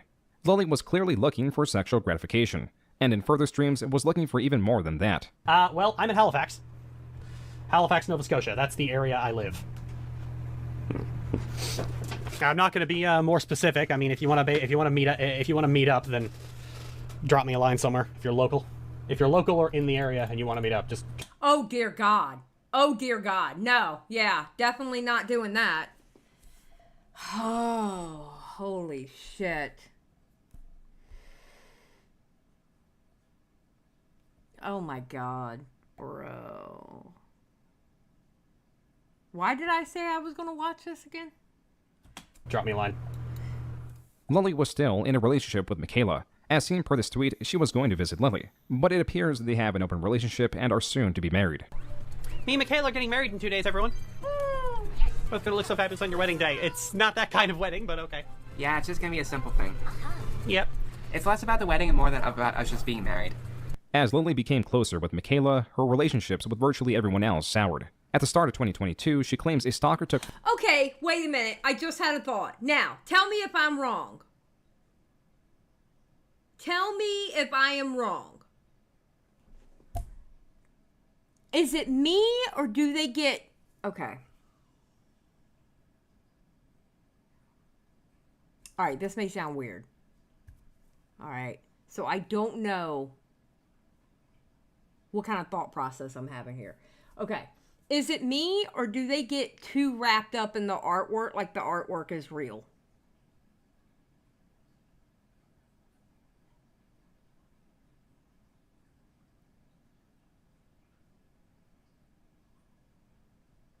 So I'm not crazy in thinking that then. Because that's what it's starting to feel like.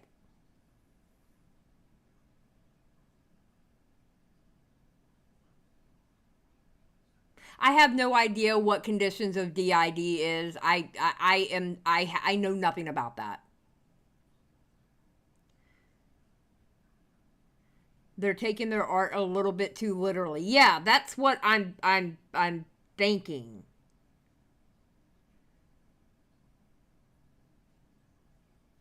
Okay. And it's just a thought process. Like I'm actually like working through the story in my brain. You know what I mean? So I'm not saying I know exactly what's going on. It's more like me talking it through with y'all. You know what I mean? Like a discussion. We're having a group think tank about it.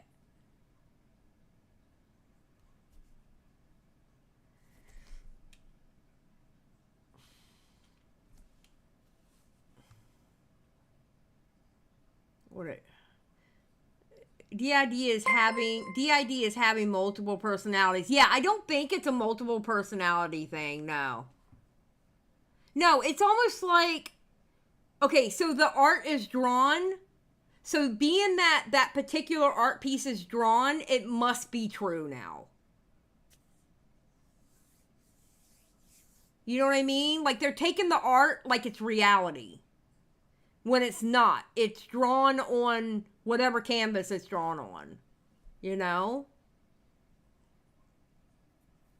Our theory yesterday was the hyperfixation was part of possible autism. Well, you know, it's starting to kind of look that way. Weed for $4.99. Not Lily trying to show off her charcuterie board. Oh my God. Thank you for the $4.99. I appreciate it. Baron, Lily is drinking her own Kool-Aid, so to speak.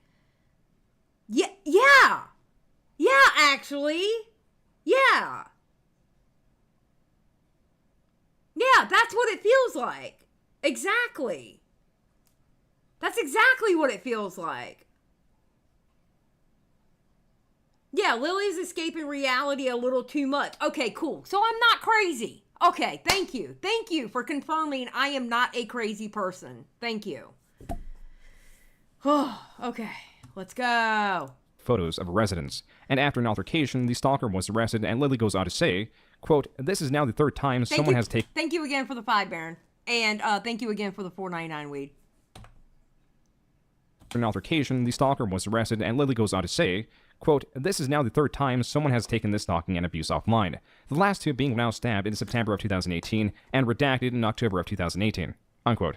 In the past, Lily was asked to show the scar that resulted from the stabbing, but has refused to do so. As for the most recent stalker, Lily was openly talking about them on stream. What happened? One of my stalkers came to my building, my apartment building, took a photo of it, sent it to me through email, and said, "This you?"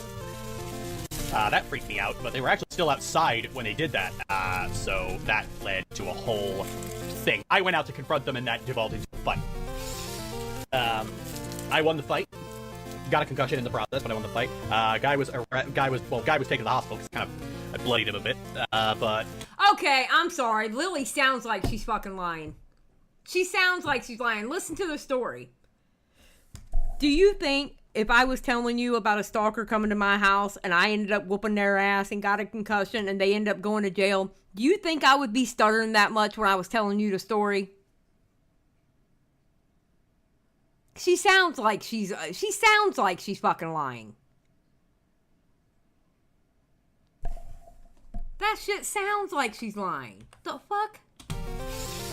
I won the fight. Got a concussion in the process, but I won the fight. Guy was taken to the hospital because I bloodied him a bit. But he's being arrested, and I'm pressing charges for criminal harassment. There was a Lily Orchard gossip blog, believed to be run by Lily's ex-friend Cypher, refuting that this event happened. Then on stream while playing Quiplash, Stockholm was posed as one of the answers to a prompt. Reading Stockholm. How do you read a city? Oh, I would love to get a hold of the city plans for that city. They'd probably be terrible. Tara Callie was also brought up, though Lily was more direct with that one. Yeah, that idea was positioned by a friend that I don't talk to anymore because she had to go to federal prison. I have way too many hard drives. Yeah, I bet you do have a lot of hard drives. Sore for 2, do you believe Lily can ever win a fist fight? I don't know. Maybe. Maybe. Depends. Okay. She went to federal prison because she was Toon Critic before Toon Critic happened. That's why. But she wasn't real.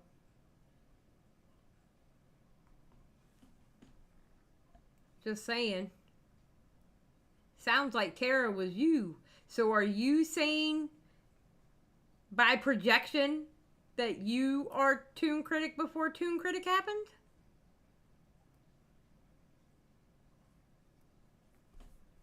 And you want to know? And you want to know the one silver lining there? I'm the one who got her sent to prison. Her past was again coming back with a furious force. From Stockholm to Tara Callie, even now Britt was once more pushing these screenshots. Lily was also banned on Twitter for allegedly telling someone to choke.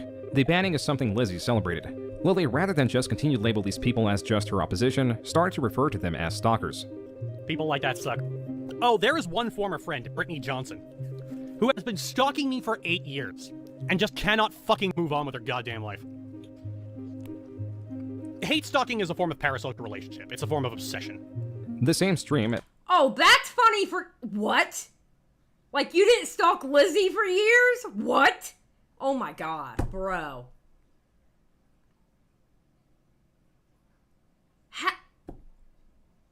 Okay, I'm sorry. We gotta go on a field trip. I'm sorry. I gotta take a break for a second. We gotta go on a field trip. Give me a second. Give me a second. I gotta see this for myself.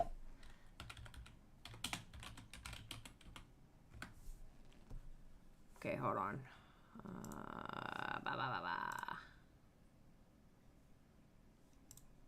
7 years ago...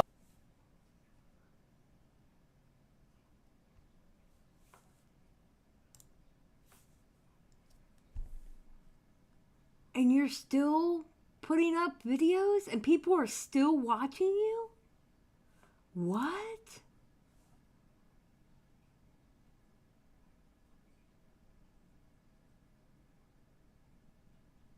And you're live on, and you're on Twitch, and you have a Patreon?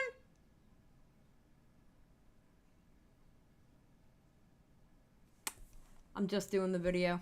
I'm just doing this video. I am not going down the rabbit hole. I am just doing this video. That's what I'm doing. I am only doing this video. That is it. I'm stopping after this video.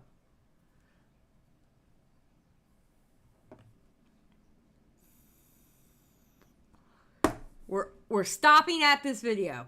Okay? That is it. Can we get McDonald's? I really would like some McDonald's right now. I'd rather have Taco Bell, but just saying. Lily wasn't just tired of her opposition, she was also tired of her audience. Okay, there's an awful lot more brainless spam in the chat than usual. Alright, so here's how we're gonna do this. Y'all are gonna learn to cool down, chill out, and basically, every time you act like a hyperactive child, I'm gonna give a little spritz of air into the mic like this. Okay? We good? Lily would go on to spray what was presumably aerosol on the microphone at random, but this didn't have its intended effect. Setting the chat to subscribers only. And we're gonna set it to slow mode. Basically, guys, I hate that subscribers only shit. I'm sorry. I hate it. Unless you have a brigading problem, which we've dealt with here. We've dealt with brigading problems here. Unless you're having a brigading problem and you need to do subscribers only mode and a slow mode, I don't like subscribers only mode. A view is a view. Once you're monetized, quite honestly, subscribers don't matter anymore. They really don't. It's the views that matter. To be very honest, it's the views that matter. It's not the subscribers. Once you get monetized, that's really all that I give a shit about. Now, if you're having a problem getting a brigaded, then I can understand subscriber only mode. I can definitely understand it then at that point. I can. I get it. And I can understand the slow mode too, if it's like a lot of spam in your chat and you're getting brigaded with a lot of spam. I get the slow mo only mode, but besides that, just keep your chats open. Oh wait, sorry. don't spam. If you don't have anything to say, don't say anything. But when you spam the chat with every single stupid question on your mind that you could easily find out just by looking around, you make it so that I have to take time away from working on the video to ban your spamming ass. Why are you working on the video on a live stream? How are people supposed to be entertained while you're working on that fucking video? What? Okay, I'm sorry. I apologize. That was probably a little too much. I yell at my chat all the time. My chat expects to be yelled at. Thank you very much. My chat loves to be yelled at. This is why I stopped streaming for a while. Because y'all just can't fucking handle yourselves. You're fucking grown-ass men and women, and you still need someone to hold your hand when you cross the street. Okay, listen. I cuss y'all out all the time, but I don't talk to y'all like that. Like, I cuss at y'all all the time. I call y'all every sort of names, but I don't talk to y'all like that. You know what I'm saying? I call y'all little assholes and everything, but I don't talk to y'all like that. No. You don't talk to your audience like that.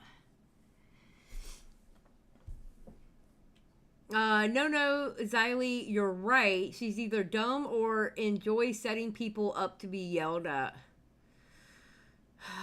It's crazy. I can't go through a day without Xylie yell, and I'm sensitive. That's funny, Deborah. Pack of idiots, a fucking swear. I think the whole point of it is that it was basically a bunch of stalkers and a chat raid designed to rile me up and piss me off. Now, even her viewers were her stalkers. What pushed Lily was not any of this. It was a discovery. I ended up coming across that account. Was one day I decided to just Google the Alcorative username just to see what would come up. And I came across a link to a comment that she had left on an image. And I went to it and I couldn't see the image because it was blacklisted. I didn't even know that website had blacklisted content, so I went to see what would cause an image to be blacklisted. And it's the kind of stuff that you would expect. Anything with children. Oh my god, bro. No. And it's the kind of stuff that you would expect. Anything with children, animals, that kind of thing. And the comment she had left was on an image of the character Kid Icarus in a very compromising situation with an adult woman. And she was responding to someone else, and she was like, well, correct me if I'm wrong, but isn't he 30-something in the game? So basically pulling the, well, 1,000-year-old lolly argument, basically. This was the Alcorative E621 account, discovered by Brit. It can now be found archived on Archive Today. Alcorative, as a reminder, is Tara Callie's username, one that she used to write a story between a mature... And Tara is who people believe, because that's right, it was on that one website where they said that it wasn't only the same IP. Basically saying the same thing that the farm said about Creepshow.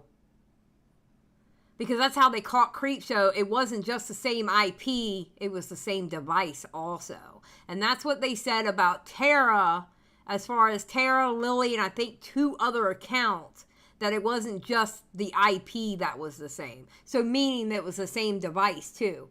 So if that was Tara's account, that very well could have been Lily's account, which had the drawn pit. Oh dear. Oh my God, why? Why are these people allowed to exist? I don't understand. I don't get it.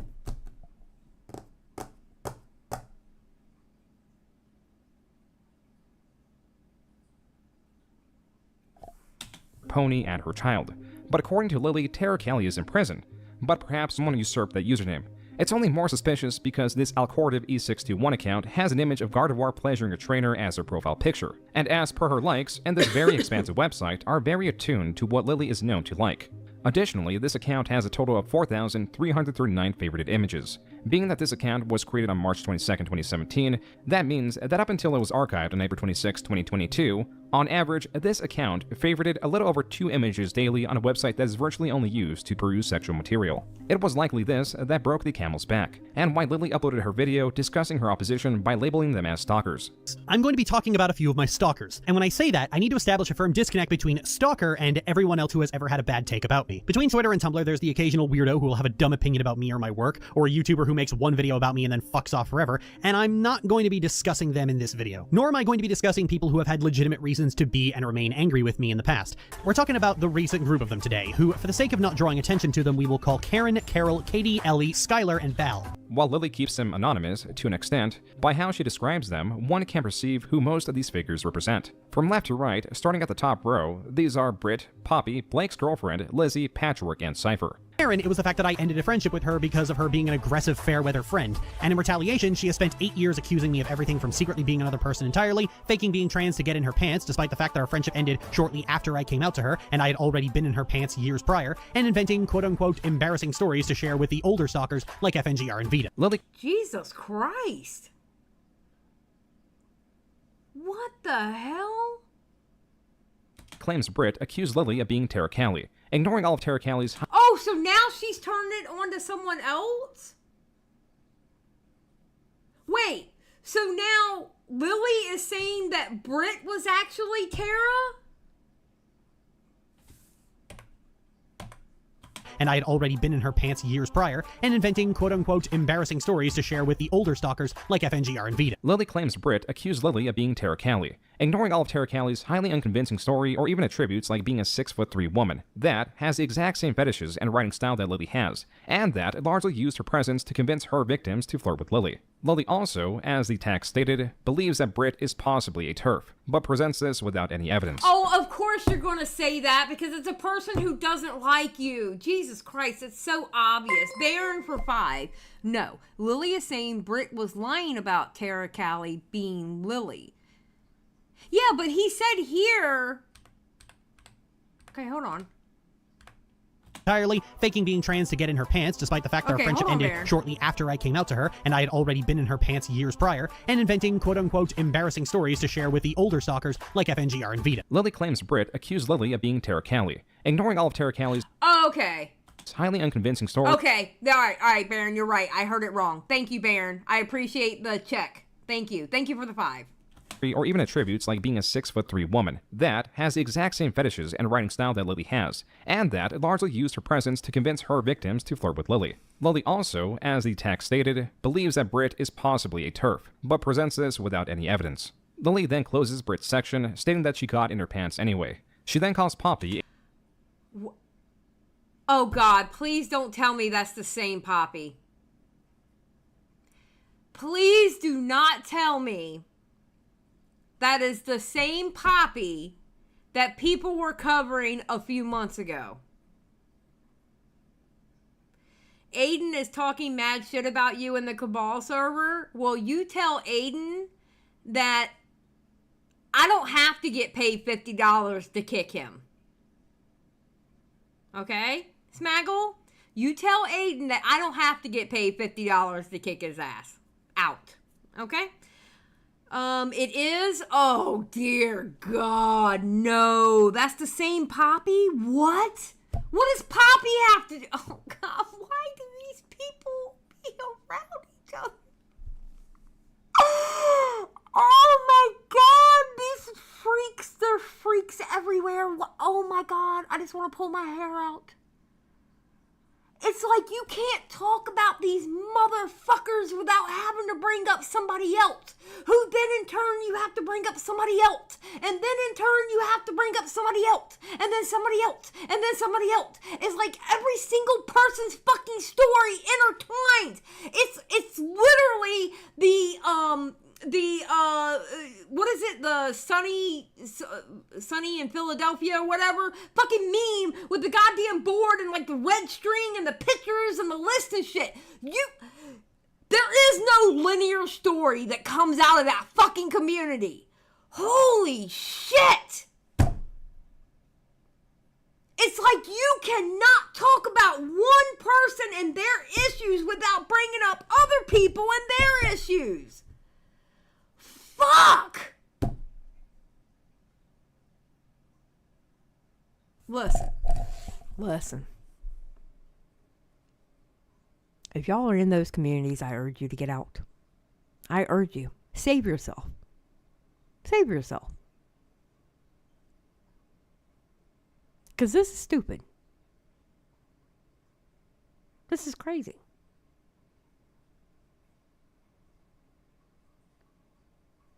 Like what?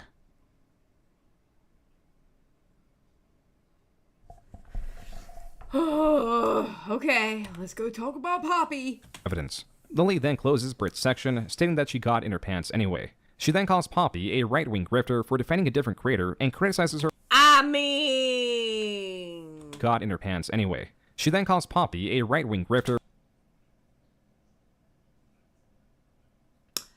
I question anybody who defends Boss. Trickster. I look at anybody sideways who defends Bosch. But then again, Poppy has been getting canceled also, so, I'm not surprised. For defending a different creator and criticizes her of psychoanalyzing her. She claims Blake's girlfriend continued to den name her and passed around stories of Lily being a predator. Oh fuck, I just realized there's no keeping this one's identity secret. Anyway, Ellie is my abusive ex, who has jumped at the chance for attention and clout to claim I was the abuser in our relationship as retaliation for talking about the way she abused me, taking instances where I expressed frustration or annoyance with her flakiness to claim that I was the real abuser. The technical term for this is reactive abuse, where your abuser provokes a reaction from you to then claim you are the real abuser, kind of like what Amber Heard did to Johnny Depp.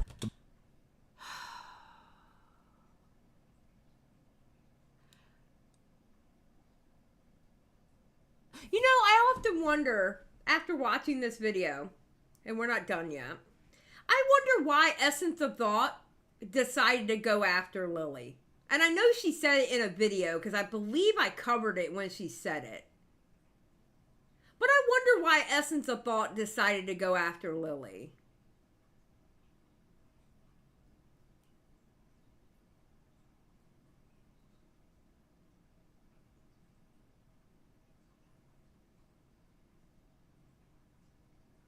Honestly.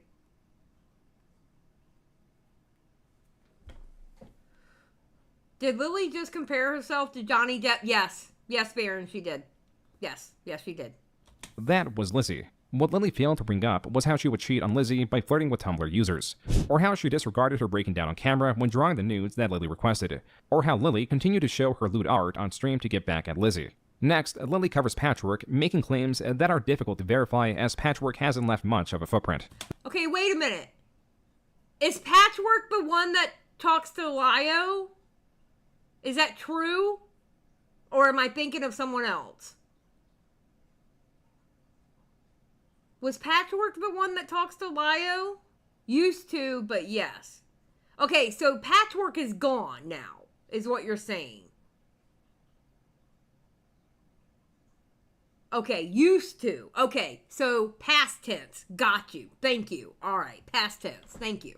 Though Lily does fail to bring up how she coerced Patchwork into drawing several images of a dog performing a certain action with her character, even though it was clearly against Patchwork's rules. This also plays into Lily being Tara Callie, and sharing the exact same fetish done in the exact same way. Oh yeah, because she messaged the other girl. The quote-unquote Tara messaged the other girl talking about having sex with a dog. Ugh.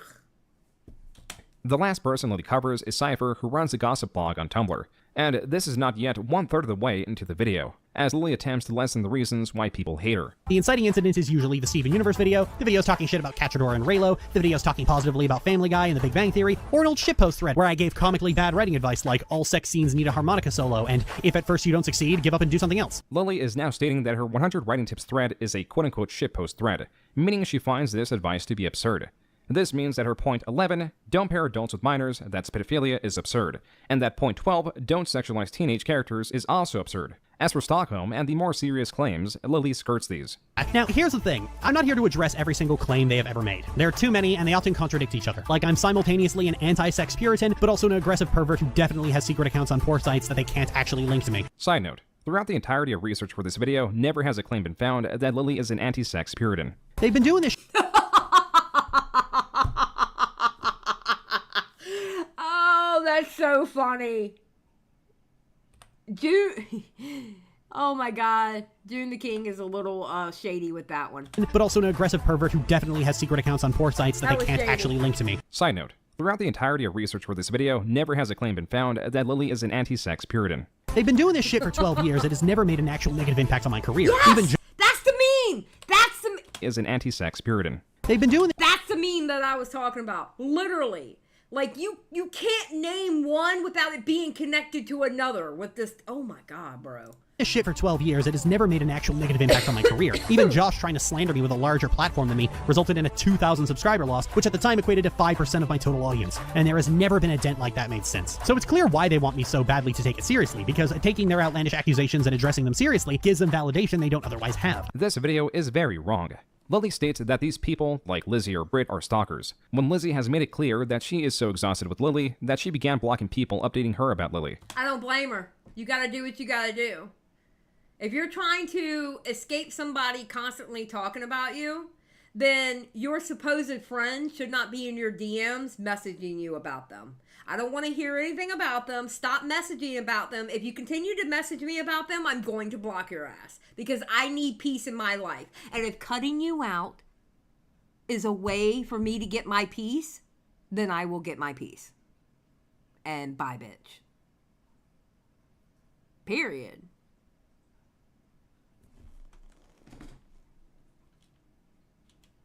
Britt even tried to extend an olive branch and leave all this behind. But it was Lily that said she was not done and did not want to mend things. And then Lily brings up Josh Scorcher again, who was so uncomfortable with Lily that he sent her a cease and desist, which she disregarded and continues to bring him up 6 years after their fallout. Damn. The last section of the video is her tying herself to lolcows. You heard of Christine Chandler, also known as Chris Chan by the internet. She's considered to be the single cringiest person on the planet by people who don't know how cringeworthy billionaires can be. Chandler is what the internet calls a lolcow, someone who can be milked for laughs and content farmed forever. These people are usually neurodivergent in some way, and in recent years, trans people have been the target of stalking, and even people who are neither just for shits and giggles. Lily's video has no backbone. It has no evidence, only ranting which can be effective to those unaware of her expansive controversies. And unfortunately, you have a lot of, okay, I hate to say this. My viewers aren't like this, okay? The people who watch me are smart.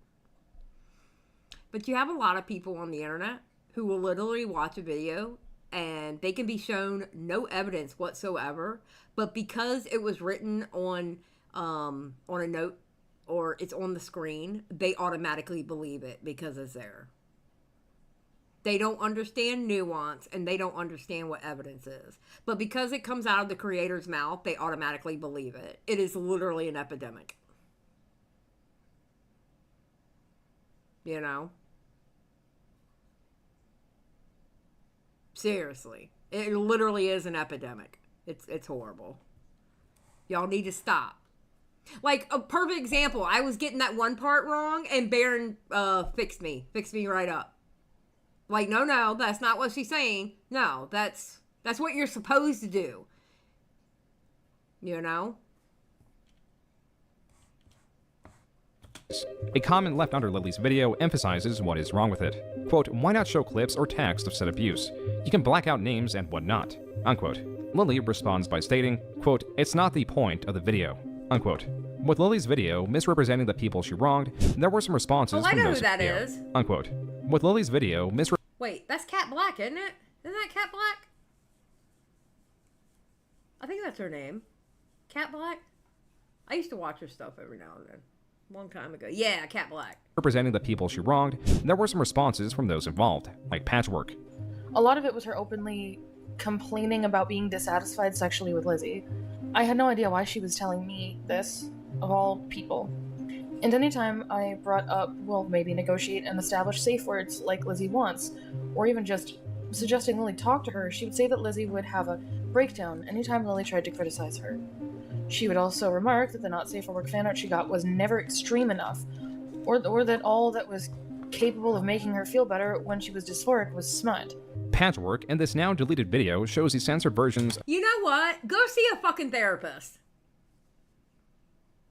Go see a fucking therapist. If artwork isn't doing it for you, go see a fucking therapist. And stop making people draw that disgusting shit. Get the fuck over yourself. God damn, bro.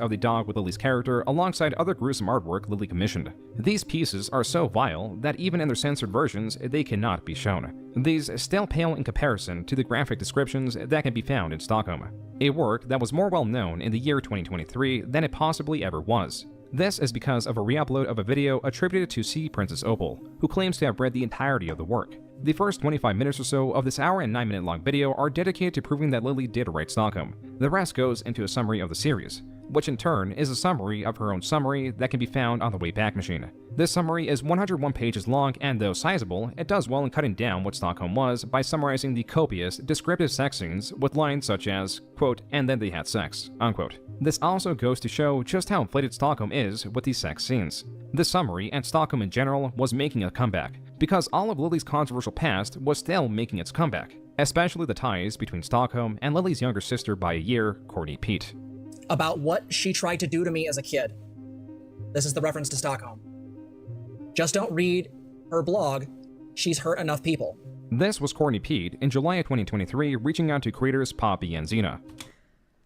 Oh god, that's Poppy and Xena? That's what they see, because I don't know what Poppy and Xena look like. Oh god. Oh god. Though this isn't just them interviewing Courtney through text. Okay, we're just giving an alleged assault victim. That's a really good picture of Courtney, by the way. That's a really good picture of Courtney. A platform to talk about what happened to them. You should be fully for this, Lily. It's true. I witnessed the abuse she went through as well. But you had asked me. Yeah. Courtney opens by talking about how Lily embraces a Native American culture that is not of their family, then goes on to discuss her allegations against her brother Cameron, who suspects also abused Lily in the same way, and then goes into what she believes Lily went through. She would take off from school property, lose her mind when people brought her back, and that's when her parents started bringing her to the doctors. And honestly, doing a lot of thinking on it, I think she really was being touched by a teacher and just did not have the words to say. Like, I used to tell my mother I didn't like playing house with Cameron, and because what she didn't know is what I was trying to convey, I don't like having sex with Cameron. Excerpts from the Dash family of Stockholm. Quote, who was your first girlfriend anyway? Twilight asked. Huh? Oh, one of the substitutes at my old school. Essentia shrugged. I don't really remember her name. Started with a ch, that's all I remember. Wait, what? Twilight blinked with surprise. A substitute teacher? Essentia nodded. I was 14, she was filling in for the senior calculus teacher. You dated a grown woman at 14? unquote. A fair portion of this interview is about how terribly Lily was treated as a child, like how her parents introduced a platform of no self-worth. He would say, oh, because we actually care about you, Courtney. And he would say this in front of Lily and not Jesus in front of Lily. Christ. Yeah. And he would say this in front of her, too. Like, she would be around, she wouldn't be around, she'd be listening, she wouldn't be listening. And it's just like, oh, that's because we actually care about you, Courtney. Flips the cup up and dumps it all over her. Holy shit. Just out of nowhere. And, like, my father comes in as the aftermath of this is happening, and Lily's screaming in pain because she's got boiling water all over her. And I'm trying to punch Cameron because, like, I watched him do this. And my father's response is just, everybody shut up and leave each other alone. Literally didn't matter that his child was burnt and the other one did it. Oh my fucking god.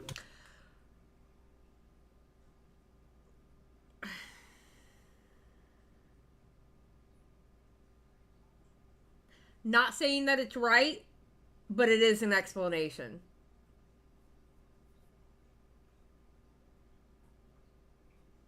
It explains the psychology behind it. You know what I mean? It explains the psychology behind it. It does not give any excuses. Don't get me wrong. No excuses. I don't give a fuck. But it explains the psychology behind it. If those things are true, it explains the psychology behind it. A shared point between Lily and Courtney's stories are how terrible their parents are. They are described as negligent, demeaning, ineffective at all they do. The point that things split are with the allegations against Cameron and with each other. In a trailer home. Slept right through it, whole fucking night. I would sleep through a fire alarm going on outside my open bedroom door. Like, I slept through everything. So if she was molesting me in my sleep, I was 100% sleeping through it because I slept like a dead child. Jesus Christ. So I never actually caught her in the act at that point. And look up to see Lily's face sticking through my slowly opening door. She would make eye contact with me. I wouldn't even say anything. She would just go, oh, you're awake. And then leave. Like, excuse me? You were expecting me to be asleep? What the actual fuck were you going to do? And I had surprised her. Courtney also goes into the various psychiatrist visits Lily had, and that their parents were instructed to not leave Lily with Courtney. But this went ignored. This child removed, or me removed. Like, just, she's not safe with this child. Okay. Peace, have a good one. Hope it works out. Like, what? No, it's true, it's fucked. I don't know either. Excerpts from the Dash family of Stockholm. Quote, a creeper? What do you mean? You spy on her? Rainbow asked. Sweetie Belle nodded. When she's changing or taking a shower or trying to be alone, even when I started crushing on you, I was spying on my sister. And sometimes I'd steal her underwear. Unquote. Wait a minute. Wait a minute. Wait.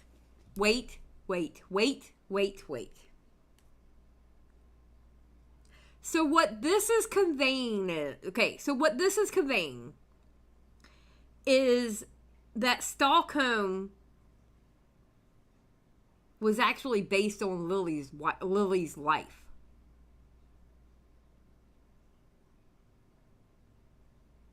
And it was basically talking about the alleged abuse that Lily went through and the alleged abuse that Lily put others through.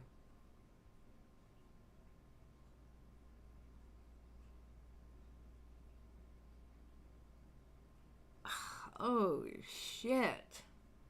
Oh, my God. Oh, my God. Ooh. Excerpt from Stockholm Actual. Quote, Fluttershy giggled, I see what you mean. I'm an only child, but it certainly is something interesting to think about. Oh, but if we were sisters, I think we might have done this a long time ago. Rainbow blushed. Oh, really? How do you figure? If we were close, since we were kids, as friends, I can only imagine we'd be closer if we lived under the same roof together. Fluttershy nuzzled her neck, playing doctor, taking baths together, growing up together, learning about our bodies. Unquote. Different excerpt from Stockholm Actual. Quote, Rainbow sighed, alright, she said nervously, getting up and moving to her dresser. Opening the drawer, she found Sweetie Belle's underwear, where she left them, folded underneath her socks. Taking them in hand, she felt the soft material between her fingers, shuddering as she imagined where they'd been before coming into her possession. She stepped back and fell onto her bed. Ew! What are we reading? What is this? No! What are we doing? We don't... Bro. Unquote. There is the possibility that Courtney expressing that Lily has an obsession with her underwear could have read these pertinent sections of Stockholm to craft these allegations. But it is also important to note that this was in Stockholm, and that Lily wrote it and several other similar scenes to be sexually gratifying. Still typically around the age of 14 and Okay, so that wasn't... Wait, what? You know what I noticed? I don't have this on, and I need it. Okay. Craft these allegations. But it is also important to note that this was in Stockholm, and that Lily wrote it and several other similar scenes to be sexually gratifying. So that wasn't part of Stockholm then?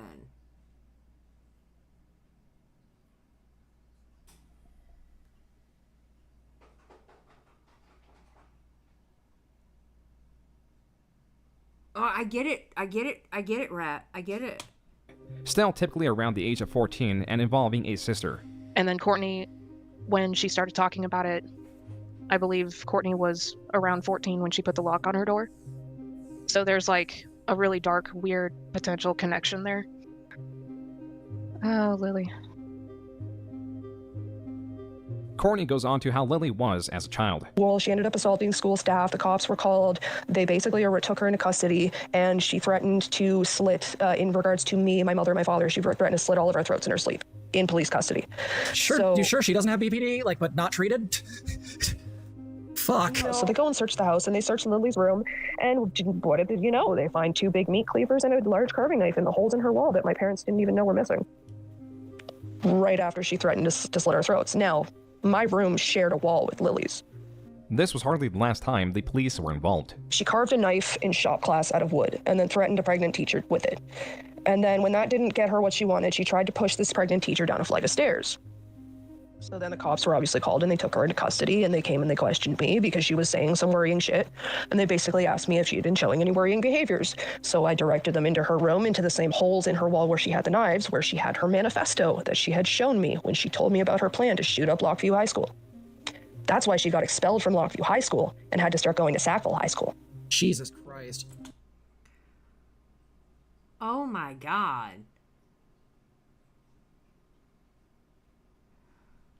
Lily has admitted to being, quote, suspended 63 times in 3 years, unquote.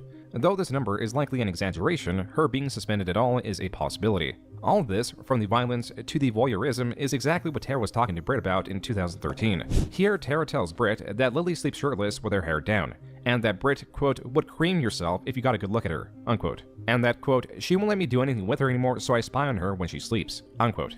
And then here, Tara states that Lily told her if she were to end herself, that she jokingly said she would take down as many people with her as she could. As for Courtney, she continued to talk about Lily on her Tumblr that went as please tie my shoe. Lily, becoming aware of this, stated that she is giving everything to her lawyer just in case. Courtney, undeterred, continued to post about Lily, sharing an image of RVI where Lily states that, quote, having a hot sister is like having $19 in your bank account, unquote. Or the time Lily destroyed her room by punching holes in the wall or burning the carpet and the ceiling. The repairers took $10,000. But that was only done when Lily was sent to the hospital and was gone for a year and a half, meaning that Lily had to have been living in her increasingly destroyed room. And then Courtney made the announcement that she also plans on taking legal action against Lily, Cameron, and their parents. In several... Damn. Holy shit. Oh. Tetra, you're not wrong. This is giving Law and Order SVU. It really is. It really is. Holy shit. Good God. Post, Courtney goes into graphic detail of her accusations against Lily, and how Lily convinced her to do things. These go into Lily stealing Courtney's underwear, Lily observing Courtney having sleepovers in Lily's room and playing quote-unquote games. Courtney then, in September 2023, made a second appearance on Xena and Poppy's channel before having a falling out with them. What happened was bizarre. It begins with Poppy and Courtney flirting off-stream. Poppy sends Courtney furry porn as it seems to be a mutual kink, but what was sent was I can't. Bro.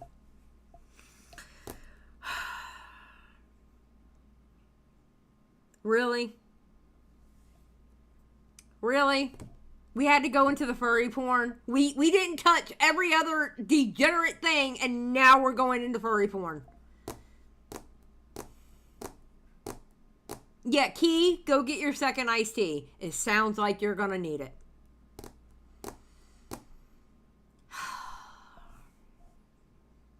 You know, I'm starting to rethink that maybe I shouldn't have watched this video, but I'm too far gone now, and I've got less than 30 minutes to go, okay?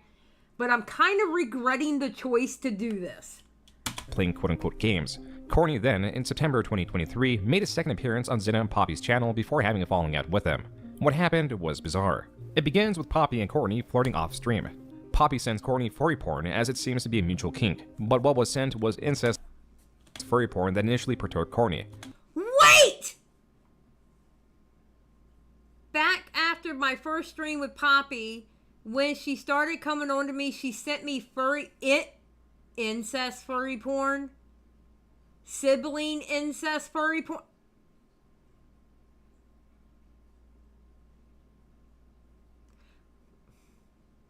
Okay, cut the furry out of it for a second, all right? Just for 1 second, cut the furry part out of it, all right? After what, if this is true, okay, because I'm not doing a deep dive to find out, so I'm going if this is true, after the story that Courtney told y'all, why would you send sibling incest porn? Never mind the furry for a second. I'm just saying. I'm not going down. No, I refuse. I am not going down the Poppy and Xena. No. I'm not doing that, okay? Y'all have Stardust. Go watch Stardust do it. I'm not touching that. Y'all kiss my ass. I am not doing it. Y'all kiss my ass. I am not doing it. Nope. I would rather watch 10 hours of Essence of Thought than to do that.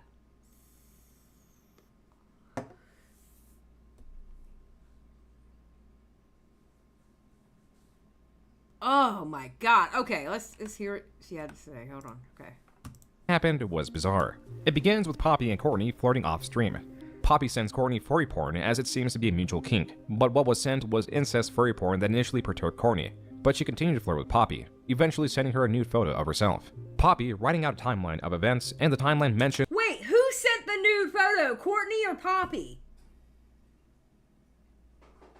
Oh my god, what the hell? kink, but what was sent was incest furry porn that initially perturbed Courtney, but she continued to flirt with Poppy, eventually sending her a nude photo of herself. Poppy writing out— Dear God Almighty. The internet was a mistake. Timeline of events, and the timeline mentions that she was sent a nude by Courtney. Courtney becomes furious at the fact that the information of her sending a nude was shared. Quote, in the interim, the two of them have been making wild claims about me threatening to dox them or dead naming Poppy. What I did was threaten to come beat her ass if she didn't stop telling people she had nudes of me. Something she refused to stop doing, and in fact defending her quote-unquote right to tell over 100 people that I sent her a nude once, unquote. This is what Courtney told Poppy. Quote, you better fucking delete every single thing I ever sent you, or I will fucking come after you, I swear to God. Tread fucking carefully. I have your docs info. Unquote. Poppy then clarifies that the nude itself was not shared, and perceives this as Courtney threatening to dox her. But Courtney states that this was a threat to confine them and beat them up, rather than as a threat to release their personal information. Either way, it was a threat. But then again, you know what? I'm not even going to get into it. I'm not even going to do it. I'm just going to keep my mouth shut. I'm not even going to get into it. I'm just, it happened. Okay? It happened. That's what we're going to say about it. It happened. Though she does contend that stating it that way was intended more so as a latter threat of doxing. But in this community, especially within Lily's opposition, this is not an isolated incident. Stepping into 2024, not only did relationships sour with Courtney and Poppy, but also a fair amount of Lily's opposition was turning against each other. On February 15, 2024, creator Evangelina Skov released a 37-minute video on Lily, going over things like her Steven Universe video or Lily's obsession with Josh Scorcher. Evangelina Skov is a channel that rapidly releases content. Shout out Evangelina. I love Evangelina. She's an awesome person. Shout out to Evangelina. While her video is accurate, it has been proven that Scov was reliant on screenshots for her claims rather than unmodifiable archive sources. For example, a proper archive source would be through a service that works in archiving web pages and saving URLs. And so one can verify through this unbiased medium that the information is accurate to the time the web page was saved. So with Scov reliant on screenshots, shared through things like Reddit or other forums, runs a risk of basing her research off a screenshot that is entirely fabricated or just modified in a small but deceitful way. But the possibility of running across such fakeries that are convincing is small, and depending on the video and who provides the screenshot, this doesn't run a large risk and can make research easier. But in Scov's case, though the screenshots are accurate, they, through the unique color coding and zoom, can be sourced to Essence of Thought's video, an infamous creator that goes by Ethel. This creator has several videos on Lily. Don't get me started on the Essence of Thought shit. I've already got videos. And you know what it boils down to? I don't give a shit if she got those damn screenshots from your video. But guess what? Those same damn screenshots were on Kiwi Farms. FYI. The same ones. And they could have very well came from your video. I don't give a fuck. They can still be used. Your video's public, bitch. Just saying. Y'all know how I feel about Essence of Thought. And all she did was block me. She wouldn't say nothing back. I've already covered Essence of Thought. She's crazy. It's crazy as hell. Hey, Spectre, thank you for being a member for 23 months. Orchard. These videos, as often recounted by the creators that dislike Ethel, are very slow, not entertaining, assume the intent of the subject to a dangerous degree, and have a large ego attached. It's bad when you can put somebody at 2.0 speed and they sound normal. That's how slow Essence of Thought talks. I can put her shit on 2 times speed and she sounds fucking normal. Okay, bro? Just saying.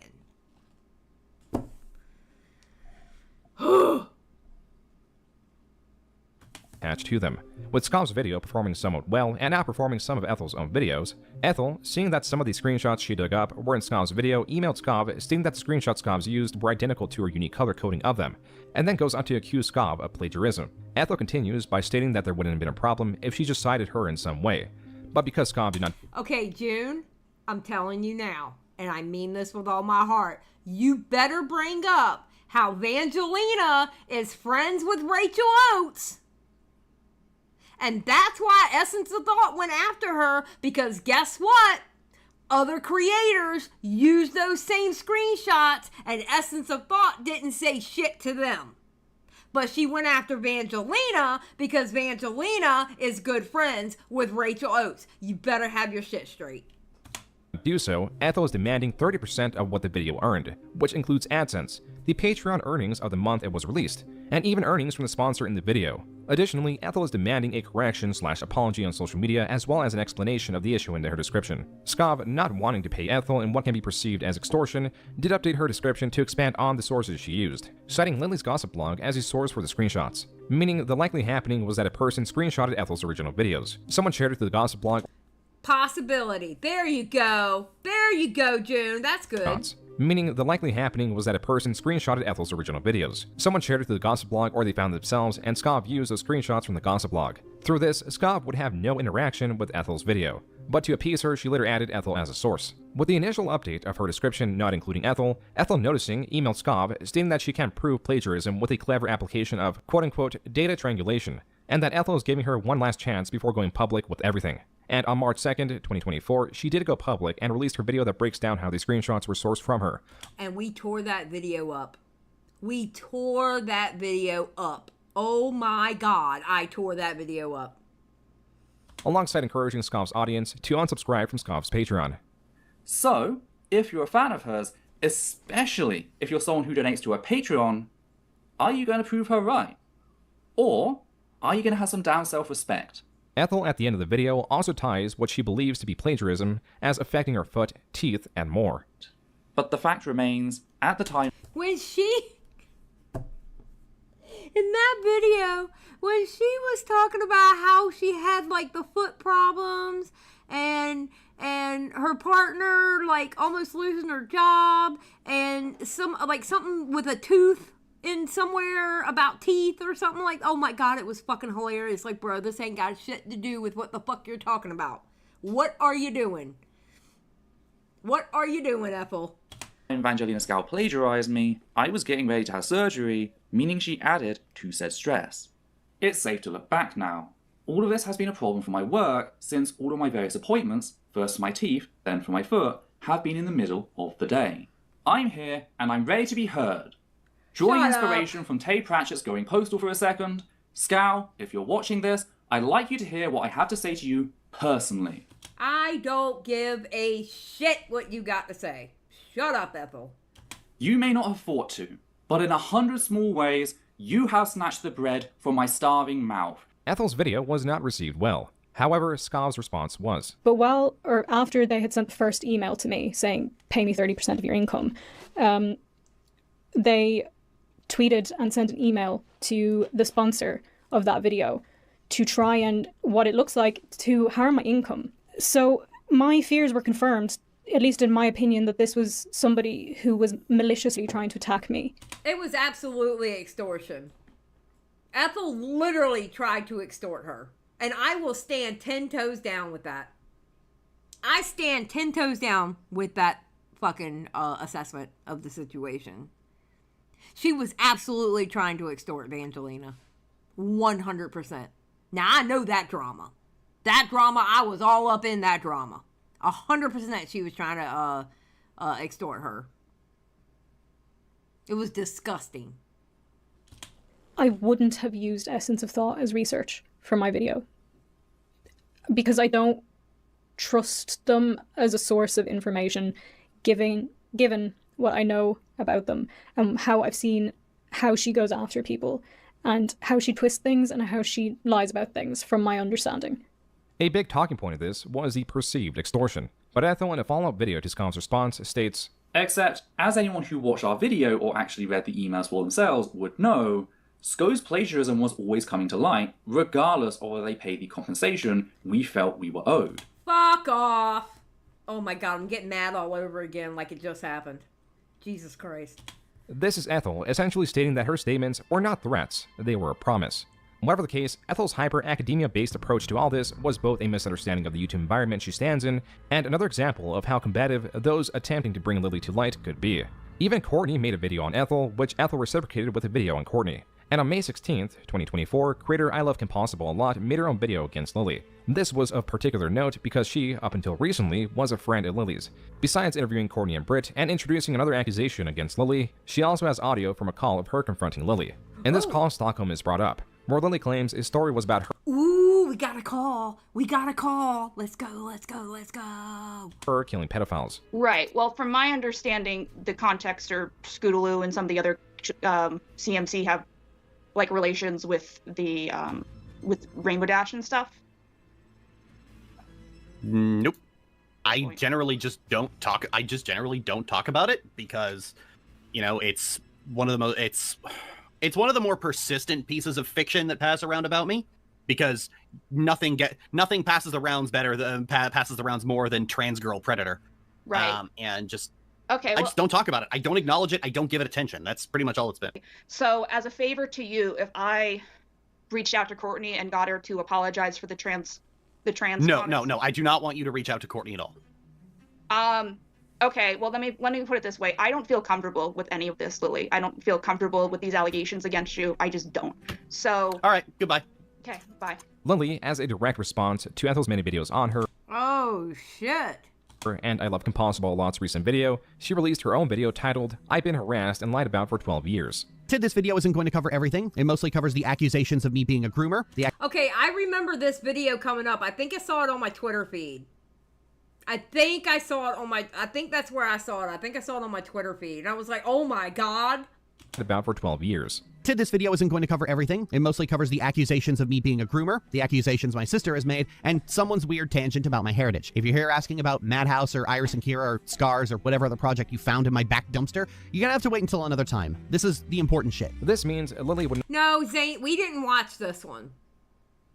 We didn't watch this. I didn't watch this one on my channel for the simple fact that I wasn't covering that part of the story. I was focused in on Essence of Thought, Evangelina, and Rachel Oates. That's the part of the story I wasn't trying to get into the other part of the story. You know what I mean? Yeah, I think it was Chris. It might have been Chris, yeah. Recent video, she released her own video titled, "I've been harassed and lied about for 12 years. This video isn't going to cover everything. It mostly covers the accusations of me being a groomer, the accusations my sister has made, and someone's weird tangent about my heritage. If you're here asking about Madhouse or Iris and Kira or Scars or whatever other project you found in my back dumpster, you're gonna have to wait until another time. This is the important shit. This means Lily would not be covering Stockholm. The first— Oh my god, did you notice something? Wait. Do you notice that character? Look at this character. Video titled, "I've been harassed and lied about for 12 years. This video isn't going to cover everything. It mostly— That's her WoW character that they're saying that Tara was based off of.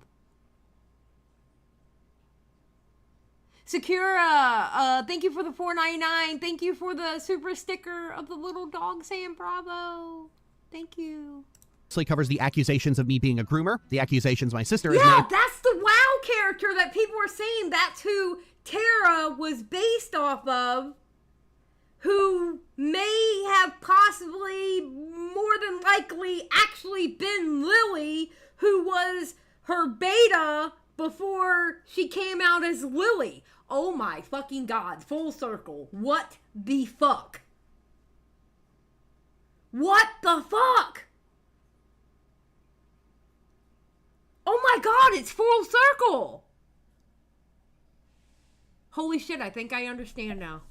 Oh my god, I finally understand this fucking shit. And someone's weird tangent about my heritage. If you're here asking about Madhouse or Iris and Kira or Scars or whatever other project you found in my back dumpster, you're gonna have to wait until another time. This is the important shit. This means Lily would not be covering Stockholm. The first 10 minutes or so in this hour-long video goes over her heritage, to then wanting to step away from her drama. People have been tricked into being a part of this harassment mob. Outside of Brittany, Patch, Courtney, KP, and Ethel, if most of these people backed away and stopped talking about me, everything would be forgiven. I don't want an apology or a public retraction. I just want to be left alone. Lily then addresses I Love Impossible a lot and the additional accusation found in her video, then moves on to Britt and immediately opens her section with lies. When Brittany makes all these claims, she proceeds to say that the chats are lost. How convenient. You're gonna see a lot of that, by the way, except not really, because she actually does show chat logs, allegedly of me and her, with the ends of our surnames to identify us, using it as proof of me prompting unwanted physical roleplay. The reason these screenshots are cut off is due to how I Love Impossible a lot's video was edited and that she zoomed in. The originals have Lily and Britt's full name. But what's even better here, is that her screenshot, it shows her initiating it. She accuses me of prompting an unwanted snuggle, and then the screenshot is of her prompting the snuggle. I have to laugh, because if I don't laugh, I'll cry. Especially with this next one, because it actually visibly made me angry. Brittany brings up a claim about a sock puppet account and accuses me of using it for coercion. The chat logs of this account are shown multiple times, but they have no name, no profile picture, and no timestamp. This is my first time seeing her proof, and it's fucking nothing. I don't even know what program this uses. It's literally nothing. And this is what's being used as proof that I'm some super predator? Are you fucking kidding me? This is the most amateur hour shit show of a fucking interview I've ever seen. Lily's position here is that Britt lied about everything, especially Tara Callie, and claims the chat logs are fakeries. The proper way to disprove this would be to prove that Tara Callie exists. After all, she was a former director of Lily's work. Lily— Okay, so if they were a director, okay, Lily, if they were your director and you spent that much time with Tara, then you would be able to show pictures of you and Tara together, maybe some B footage of you and Tara together. I'm pretty sure if she was there and directing the video, quote unquote, she would have walked in front of the camera at one time or another. You would be able to prove that Tara is real. You would be able to prove that Tara is real. was the only person that has ever seen her, because even if these chat logs are falsified, Lily is supposed to not know how Tara didn't just convince Britt to flirt with Lily, but also Blake and allegedly Nintendo Gal 55.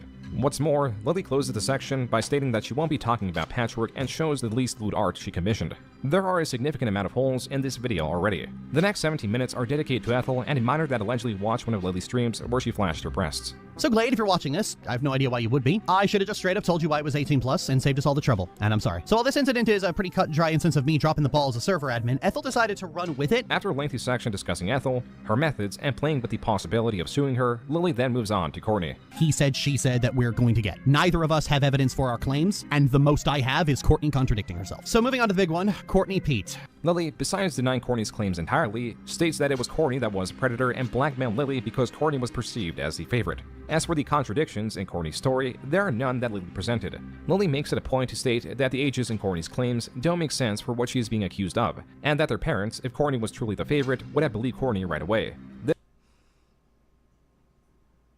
Damn. Damn. Oh, this is so messy. Oh my god, this is so fucking messy, bro. Holy shit.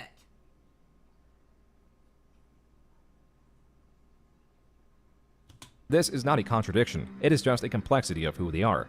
Yet, because of the nature of these claims from both sides, and that they would have taken place around 20 years ago, there is no definitive evidence besides accusations. What there is a rest of Lily's extensive history that is progressively getting more and more interest, not for her accolades or through her own entertainment, but to know what Lily Orchard has done. Better understood are things like Lily writing Stockholm and Doomsday Ascending, to her obsession with Gardevoir and Josh Scorcher, or her attacks on Lizzie. Lesser known are things like the artwork she commissioned for Patchwork, which ties things back to Lily creating Terra Cali and using Terra Cali to manipulate others. Oh my god. Hold on. Let me put on my... because I'm getting cold. Hold on. Listen, I don't like this skinny life, okay? I want to go back to being fat. You know why? I don't know. I don't understand how you skinny bitches been doing it. Because I don't like this getting cold shit. Alright? Hold on. Let me put my jacket on. That's the one setback of Ozempic. It's great for my diabetes, but I have lost weight and now I get cold with just a breeze. Good gracious. Sucks. Definitely watching the VOD later, but I don't know how Lily still has a platform, and this is coming from ex-viewers of her. Tusky, I don't know, but thank you for watching the playback. I appreciate it. Okay, here we go. Sorry, guys. I squirreled there for a moment because I was getting cold. My bad. For Patchwork, which ties things back to Lily creating Terra Cali and using Terra Cali to manipulate others, which then extends to Alcordiv, who wrote A Mother's Love, A Daughter's Passion. And Alcordiv is also the name of that E621 account that has the exact same interest Lily would have. Yes. And then it goes into the least known. She is fully irredeemable at this point in my eyes, and there is a very specific reason for that. It's actually the other sets of pornographic accounts I was telling you about the other day. What? No, these aren't the dark web ones. But they might as well be.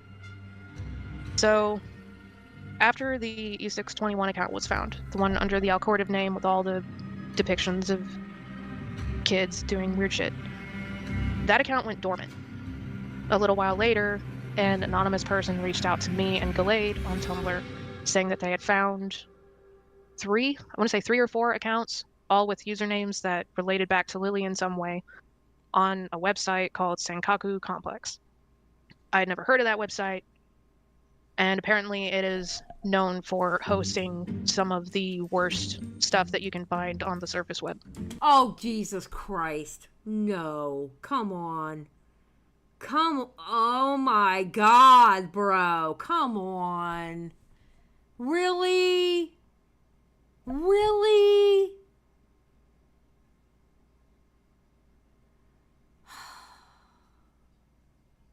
How is Lily not on a watch list or something? Like, she definitely needs her... Tetra? For real, girl. For real. Oh my God. And this person had gone through all these accounts, which were under the names Alcordiv, Ibarra Terra, which were her two sock puppet account names just smashed together. There was a username related to one of her fanfics. But they all had identical favorites, identical tags. Like, it was pretty much all the same person. There's no easy way to say this, but it's hardcore content. These accounts, as per Brit's description, are highly interested in children, but because of the nature of them, they are impossible to verify, and are only associated to Lily due to her usernames and the common interests. While Lily is not particularly intelligent when it comes to covering her tracks, she does delete virtually everything. This makes investigating her all the more difficult. There are a mountain of accusations levied against her. Yet in this video, only the ones with the most evidence or relevance because who is giving the testimony are displayed. Okay, good. That's one thing I'll give Joon the King. Good, because I listen.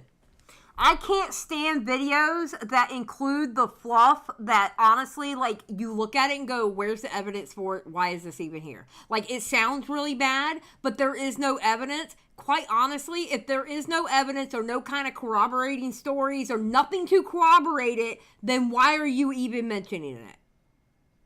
You know? Shit. Yeah, Joon the King, yep.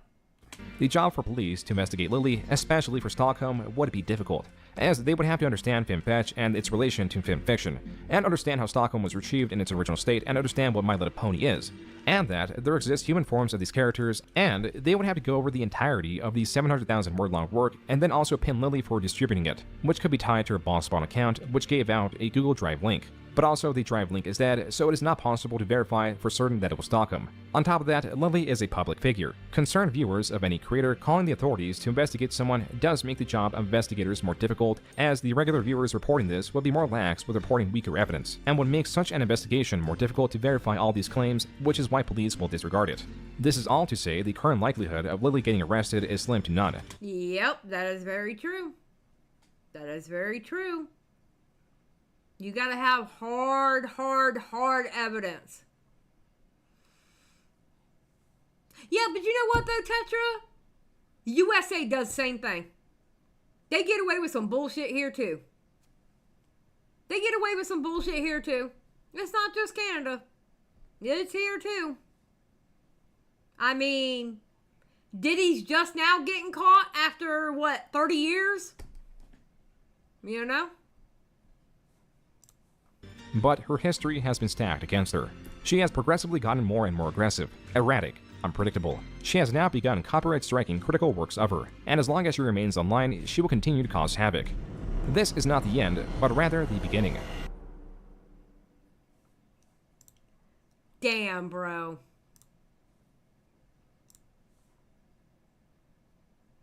I feel like hours of my life have been stolen from me. Why did y'all let me react to this video? I am blaming every single one of y'all. I am blaming every single one of you. Every single one of you in this chat, I am blaming. I'm letting you know now, okay? Y'all let me do this.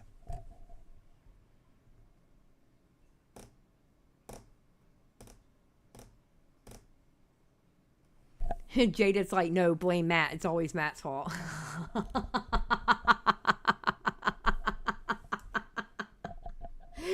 Xylie, blame your bestie. The only reason why I know Lily is because of him. Okay, we'll blame Beckett. We'll blame Beckett. Sure, why not? What she blamed me for? I've just been making a hat. I know that's right, Plants. No, it was a really good video. Okay, I will say this about the video. It was really good, and it honestly gave me the information that I wanted. Because I've always heard people talk about Lily, and I've heard like little bits and pieces to know enough that it was degenerate shit, and oh my fucking god, like ew. I don't know if I could do a deep dive on it. Like, I knew to stay away from the Lily Orchard video because I knew I didn't want to do a deep dive in it because it's way too degenerate for me. Like it would affect me if I went too deep into the story, you know what I mean? But the way he did it and the way he presented it, it was perfect. It was exactly what I needed to understand Lily Orchard, you know? Let's do a fun stream next time. We need a breather. And Stan. Oh, listen. Fun stream. Okay. One. IPOS came back and uploaded on his channel that has like less than 500 subscribers on it. Okay. And guess who else came back and made a video? The Observe's ex-partner, Piper.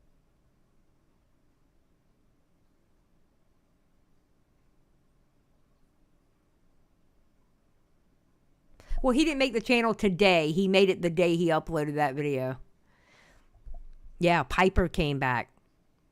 And if you want to know about Piper, I have a playlist. I think it's called The Observe Cringe or something about The Observe or whatever. That playlist is there, okay? It's a doozy, All right. But Piper came back with a 1-minute video. Oh, yes. Oh, yes, she did. Oh, yes, she did.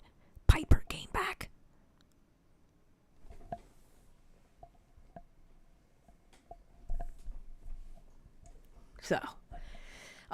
So we will be actually the next stream we do. Now, I don't know if I'm going live tomorrow because I'm starting to because on Sundays I have to cook a big dinner because that's how my husband has lunches for like a certain amount of days of the week, you know.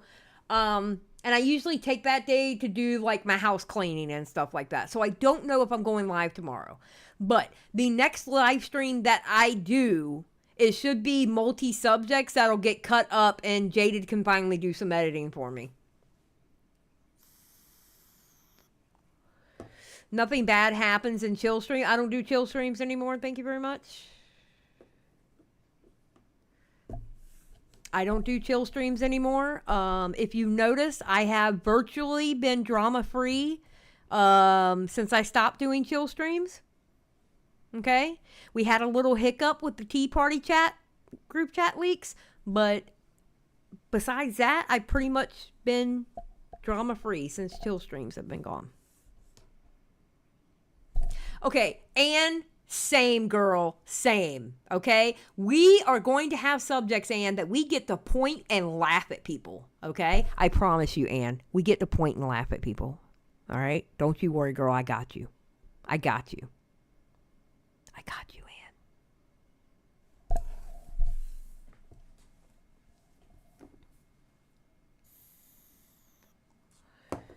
If I do it Monday, it's going to be Monday afternoon because I try to stream in the afternoon on weekdays. It's usually basically if my husband is home, I stream at night. Or it's like Friday and Saturday nights I stream. If I do a Sunday, it'll be a Sunday night. But Monday through Thursday is definitely during the day. And then if I have a wild hair up my ass, I'll stream at night, like a second stream. So, yeah. Okay, it hasn't been that bad. You've been shaving years off my life. Dear God, Harlequin, it's not that bad.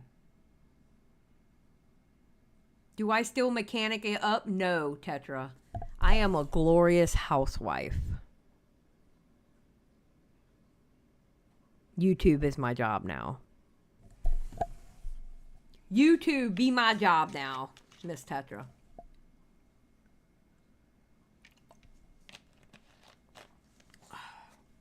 Matter of fact, I'm trying to get my husband to change my oil now. And you know my husband has the audacity. No, fuck that. He's a white man. You know my husband has the caucasity to tell me, you know how to change your oil. You used to do it for a job. Yeah, but I'm a glorious housewife now. That means I don't have to change my oil, okay? That means you have to change my oil now. Okay?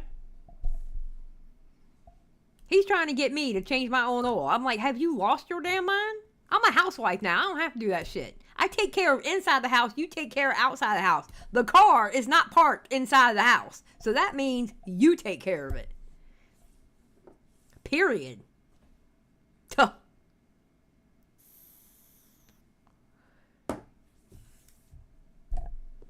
Just saying.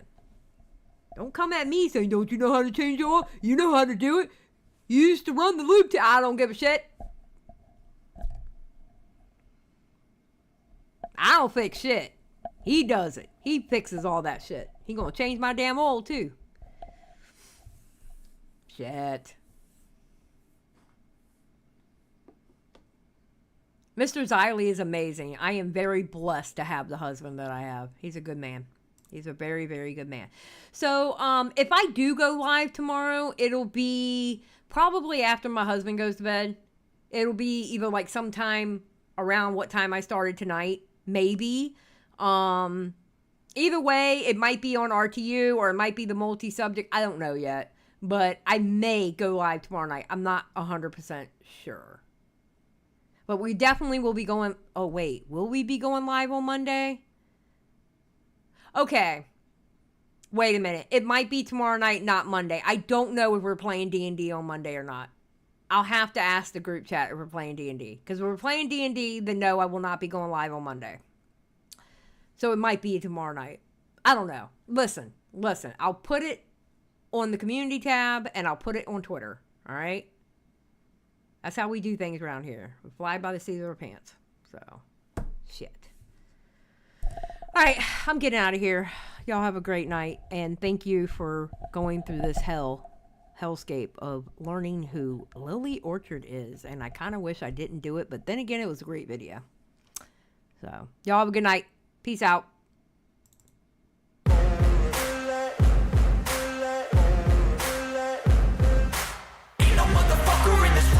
Like me, open up your eyes and insert a little rising. You don't have to love me, you don't have to like me. Got enough love in myself, in my psyche.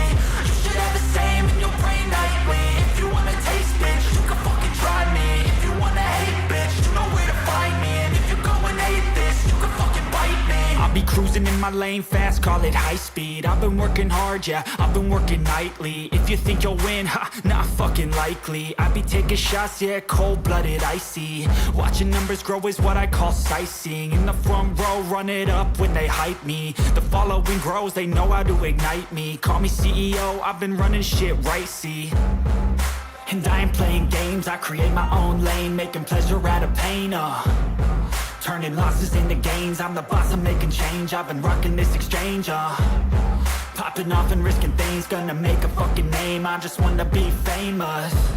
But I don't want that cheap fame, no I'm not that vain. I just wanna be greatness.